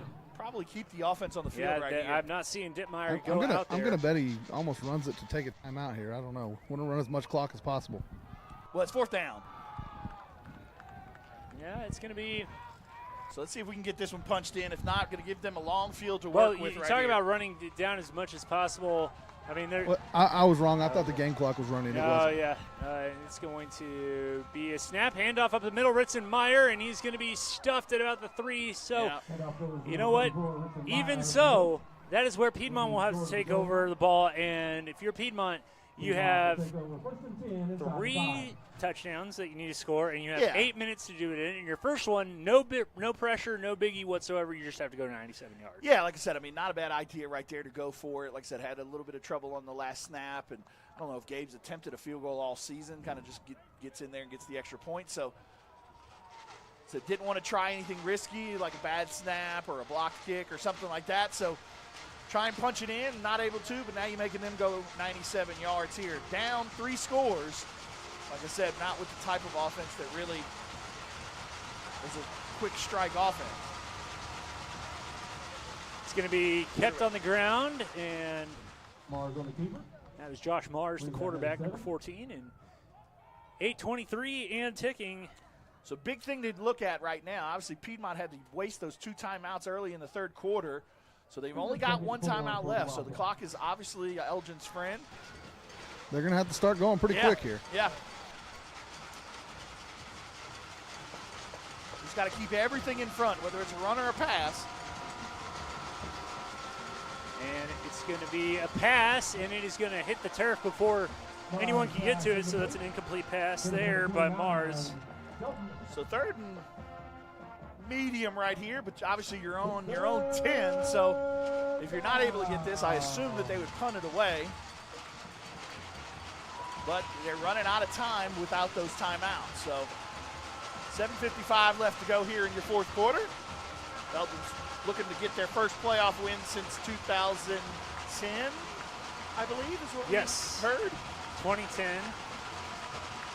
And it's going to be Mars again on the keeper, and good blocks by the Piedmont defense or offensive line. And yeah, they've had some success tonight. Number 10, we kind of bottled up their fullback, but with the quarterback runs, they've had some success tonight, getting some positive yards on some of those third and mediums or so. But again, that clock is ticking. So this game is 7.5 minutes away from being over.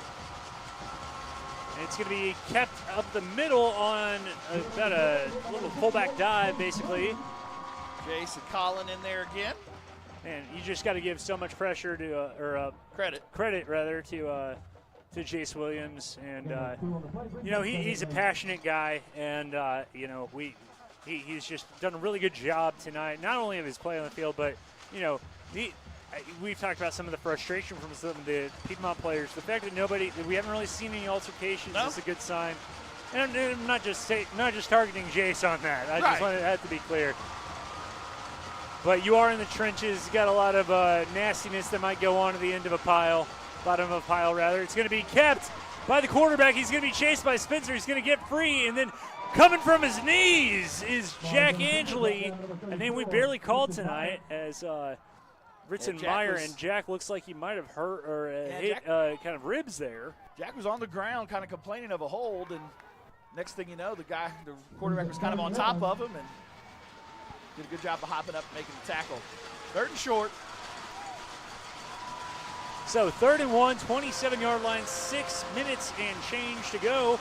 It's going to be kept by Mars. He's going to be met immediately by some defensive players, and it looks like some extracurriculars between some players. He's going to have the first down. Yeah. He's going to get the first down, and we're going to see, it looks like big number 58, Jace Williams, kind of slow to get up. We're going to see Kephart come in to spell him for a little bit. Yeah, 6 minutes and counting right now by the time they get this next snap off. I understand that you're trying to get out of your own zone, but at a certain point, if you're Coach Jeff Hall, at what point do you start gunning for the end zone? You have limited time. It's a toss to Houston. It's on the ground. Houston picks it back up, and he's brought down by Shea Spencer. Yeah, great job right there. Getting in the backfield. Well, Mama's proud. Yeah. And you know who else is happy is a certain camera girl up above us. Sadie's cousin, Shea Spencer. I want to thank Shady and Clay. They do everything kind of behind the scenes for us. Absolutely. You hear us throughout the night. You hear Joe tonight, but they're the real MVPs. Absolutely. They make everything look as good as it does. And it is going to be a pass. Mars is going to throw it across the middle. It's going to be caught, and he's going to be swung down by Ritson Meyer. That looks like that was Weston Thomas, the senior, 6'5", 210. Gets it close there. It makes it a 3rd and manageable. He is a big target, number 19. Yeah, Hunter just kind of let him get a little bit inside of him. But still, 450 and counting. So they're going to send Thomas wide to the bottom of your screen on this 3rd and 4. Mike playing a little bit off with them. They're going to keep it on the ground. They're going to pitch it to Houston. Houston is going to have the first down and be brought down. Yeah, one of the first times all night that we've seen that pitch. And good job by them right there. What you got? Obviously, we know that the clock's going to be almost under 4 minutes. I mean, they score here or not. I mean, this is an in-score game. Right, absolutely. Just had a little visitor or two. Yeah. Marley Saylor and Remy Robertson. Thank you all guys for stopping by. 1st and 10 from the 45, and it's going to be a fake pitch.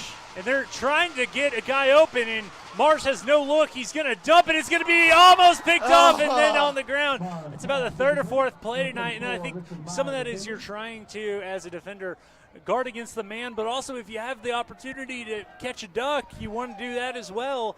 This has been an opportunistic defense all year. Yeah, just Ritson unable to come down with it, kind of tipped by the receiver, but he would love to have that one back. So if it wasn't tipped, it was definitely a distraction. Yeah. Well, it looked like Reed Smith, number 1, who we saw in the game earlier, I think was going to be Mars' intended target, but man, great coverage there by that defense. So it brings up 2nd and 10, 4 minutes and 13 seconds remaining. Elgin trying to maintain a shutout. They've been so proud of this defense all year. It's going to be play call dead. Delay a game, I believe. Oh, sweet. Make it a second. Elgin will take it. So we want to take a look around the state. Sepulpa and Claremore, the winner of that game, takes on the winner of this game. Claremore up 38-27 in the third quarter of that one. Bishop McGuinness all over Midwest City, 35-7. That's why it is important to win your district when you have a bunk make like District 2. So we're going to see 2nd and 15 now. Piedmont going to keep it on the ground with Wood. Lawton MacArthur was trailing at halftime by 3 scores. Not entirely sure what that score looks like right now, but at halftime, I don't know. Yeah, it was at halftime. At halftime, Cash was only down by 7 at Blanchard. At Blanchard, and that's a good Blanchard team. I think I talked to somebody this weekend. I think that might be my pick to win 4A. They're that good. Carson Cooksey. For everybody that knows the Cooksey family here in Southwest Oklahoma, quarterback for Blanchard. Still 35-14. Guthrie leads MacArthur. Pitch on the outside. Pitch out here to Houston, and he's going to be good job by Hunter Jackson. Pressured, and Hunter Jackson getting a little demonstrative there after that tackle. Looked like they were just trying to pick up a couple to try to go for it here on 4th. Yeah, they're trying to get into kind of a 4th and manageable situation. Brings up a 4th and 10 right here. 3:26 to go here in the game. Walters tied with Moreland with 10 minutes left in that one. My in-laws have a ranch in Moreland. That's right, yeah. The 4th quarter ranch. Aptly named. Aptly named right here in the 4th quarter. Meanwhile, Lawton High, Ryan Breeze's boys down 50-12 at Sand Springs. Big play right here for the defense. I think Piedmont's going to call a timeout. Is that what happened? That is correct. Yep, Piedmont with call their last timeout. So we're going to take it with them. You're watching Elgin Iowa football on the Oklahoma Sports Network.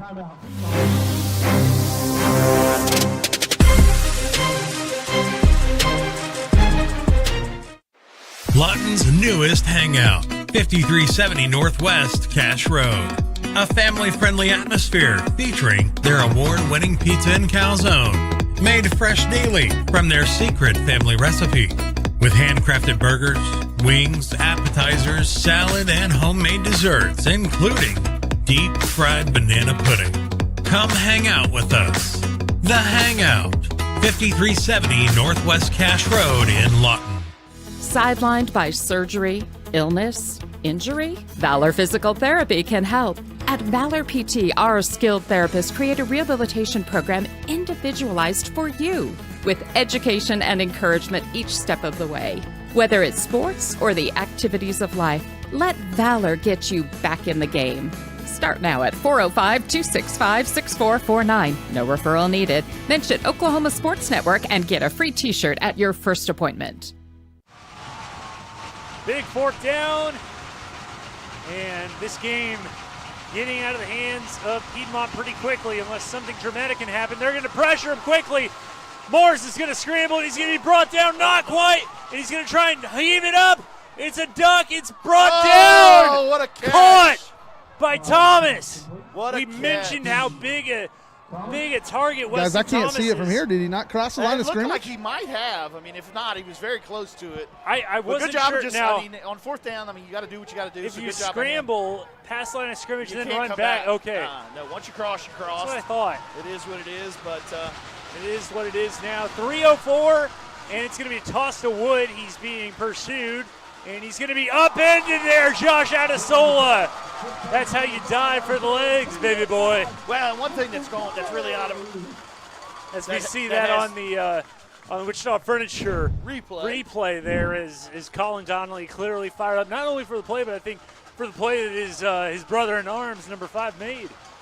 Yeah, I mean, you got 2:30 in counting. One thing, Piedmont has used all their timeouts now. So even if they're able to score in this one, it's going to be difficult sledding for them. Ball's on the ground. There comes Jack. And it's going to be Agent Zero. Agent Zero. Jack Angeli, a name that we've only gotten to really call in this second half. And it brings down 3rd down with 2:16 remaining. You know what? I finally want to say it I ran into Charlotte Spencer, as I mentioned before the game, and I went up to her and I said, I don't know, are you nervous? She goes, heck no, we're going to do this again next week. And Charlotte, you were a prophet. 2 minutes and counting, and Mars is going to drop back. He's going to throw it. It's going to be caught over the middle, and Colin Donnelly's going to power bomb him. That was Lane Whitworth with the catch. Whitworth with a big play earlier on. Colin's feeling it right now. Colin, and you know what? I just want to go ahead and say right now, we throw out our player of the game each week. Colin, you won it last week. Let's not get greedy, okay? You're making a great case for tonight, but this has been a great team effort. But Colin really showing you why he's one of the best linebackers in Oklahoma. How loud is it down there now, Joe? It's awesome. It's awesome. Let's do it again next week, Oh, huh? man, and Meyer got a little too excited. Lalancy. He did. He jumped over Yeah. there. He's been timing it real good, but that time got a little bit. I wonder if before next week, if we can figure out like a contraption to hold Vincent's mic a little farther away from his mouth, because I feel like his adrenaline next week is just he's gonna break some eardrums with his woos next week, because for the first time in 13 years, the Elgin Owls will be in the second round of the playoffs. They will be in the state quarterfinals. Probably playing Claremore. Potentially against Claremore, and we're going to see Mars drop back. He's going to finally throw it towards the sideline and going to be swung down. Houston was brought down by number 34, Ritson Meyer. And we're still seeing some talking going on. I don't know what trash talk you can say when you're down 20 with a minute to go, but, I'm sure there's some frustration there by the Piedmont players. Seeing a really good season come to an end. This is a Piedmont team that's ranked by top 5 in some publications at the start of the season, as Houston's going to take the hand around, and he's going to finally be brought down, swung down, and just stuck by Ritson Meyer. Now this defense going to try hard not to let him score, I promise. Absolutely. At this point, I mean, you've got that carrot dangling. We're seeing Tristan Kephart coming back in the game. Would love to get a playoff late. 0. Who are they going to bring out? 20 and counting. Are they bringing anyone else out? No. Okay. It's going to be Mars. He's going to throw it. He's going to throw it to the back of the end zone. Too high, too far. And with 11 seconds remaining. Some kind of flag, it looks like. Yeah. Maybe a holding or something. Well, I was wondering if they had too many men on the field because Tristan went in. His favorite move there on the flag was wave it off. He likes to wave them off. But, so I didn't see Jack come out. That's all. Got 11 seconds here. Yeah, Jack came out kind of early. Okay. And Tristan came running in. So 11 seconds to go here. Clock will start at the snap. See if we can hold this bagel.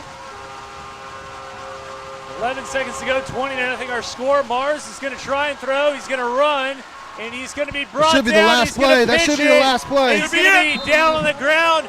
And are they going to call timeout with 2 seconds left? No, they aren't. That is the end of the ball game.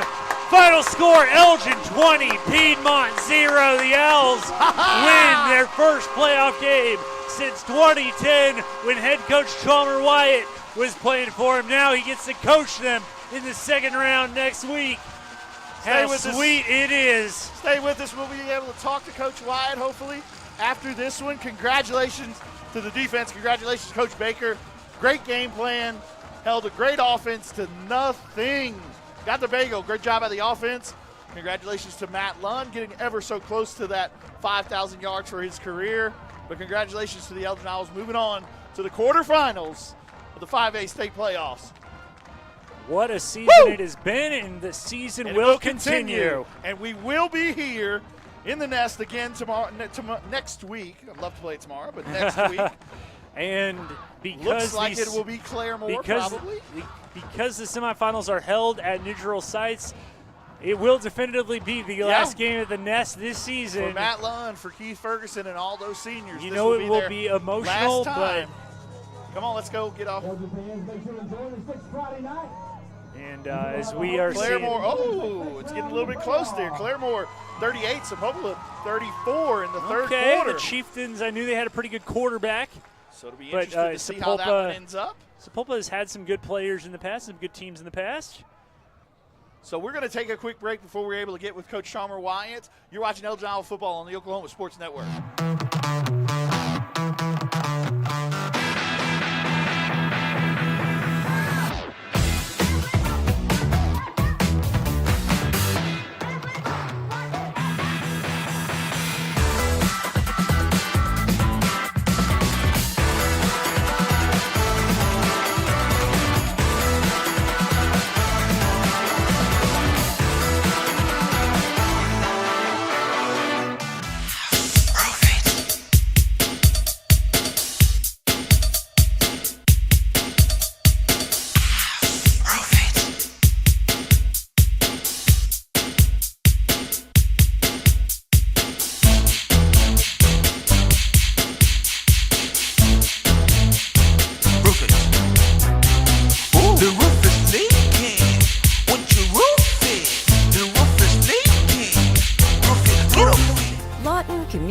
Center's high-quality healthcare is convenient to wherever you are in the region.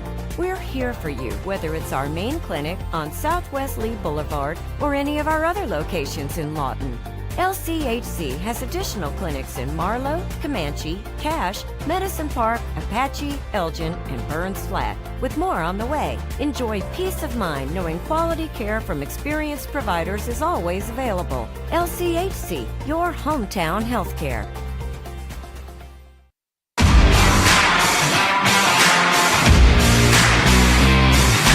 Coast Technology Group helps you feel safe and secure utilizing simple, reliable technology. Allow our team of experts to help you design the right system with high-definition surveillance cameras, cutting-edge smart alarm systems, and thoughtfully designed access control for your home or business. Work, sleep, and play with confidence, knowing CTG is your technology partner.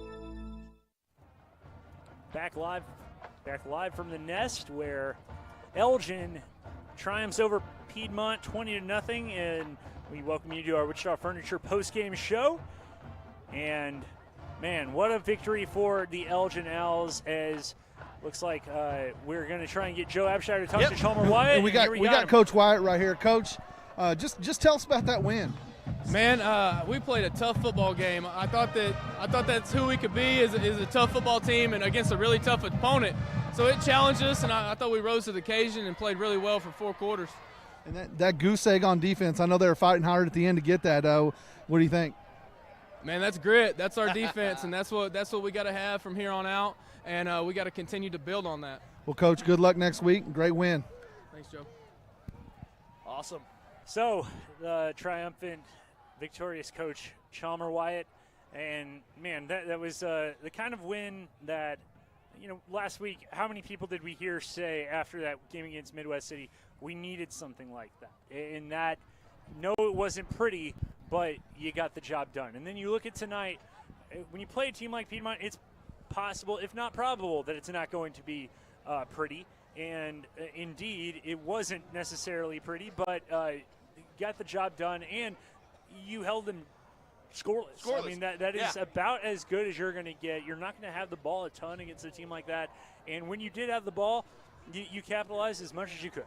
Yeah, like I said, kind of ugly, kind of a slugfest, but hey, we'll take it whatever way we can get it. Coach Adam Castro and I were joking around earlier this week and said, hey, we'll take a 3-2 win. Who cares? As long as we move on. And we talked about the defense there hanging up the 0, but guys, the interior defensive line was just number 10. They just bottled them up all night. A couple big runs. I think he had maybe 2 that I can remember.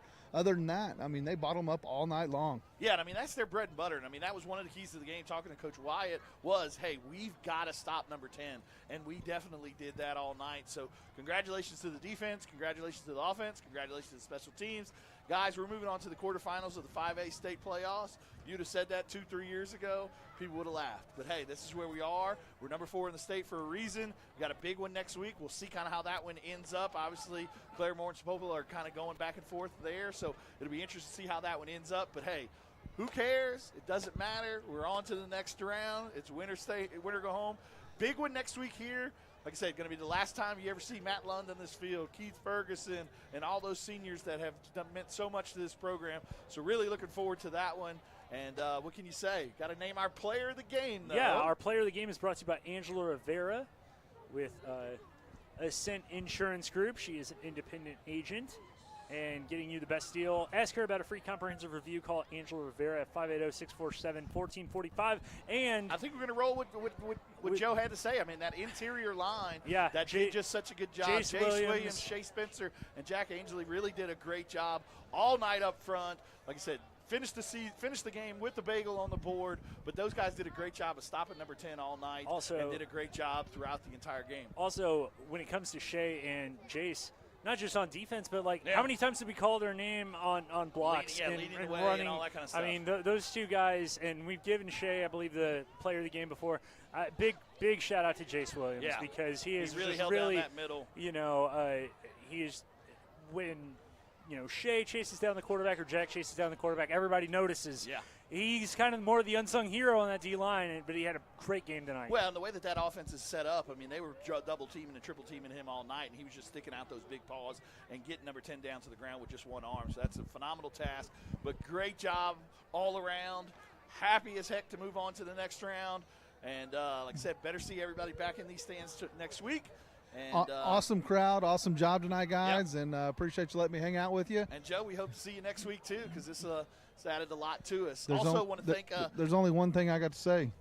Let's go to Wayne's. Let's go to Wayne's. There we go. Also want to thank our playoff sponsors as well. Those guys, like I said, was able to bring this, and they'll bring it to you again next week. We're free of charge. So Larry Bush, State Senate District 32 spot.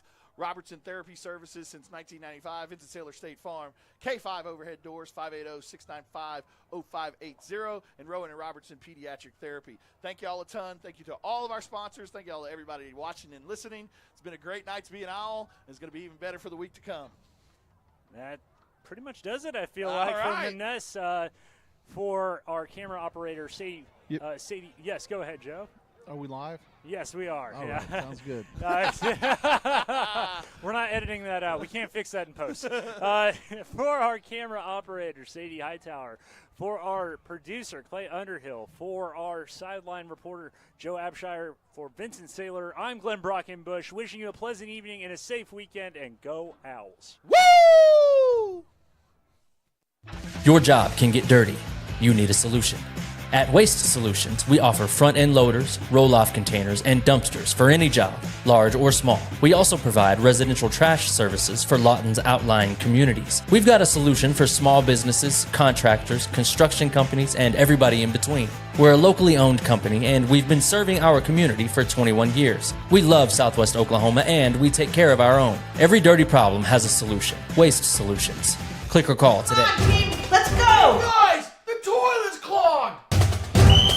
Stop again! Oh, that's gross. Unnecessary clogging. 30-minute fix. We'll have you back and use the toilet in no time. Don't let bad plumbing penalize you. Call Whitehead Plumbing today. When plumbing problems hit hard like a linebacker, call an audible. Whitehead Plumbing is here to tackle them head on.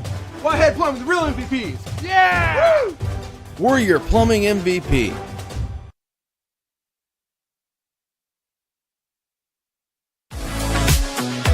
Hail damage on your vehicle? Look no further than Cars Hail Repair Specialists. They're locally owned and operated with certified PDR technicians and offer a lifetime warranty with zero out-of-pocket guarantee. They work directly with your insurance and they give a 100% satisfaction guarantee. Make sure you ask them about the $200 referral program. Cars Hail Repair Specialists. Give them a call today, 580-360-5050.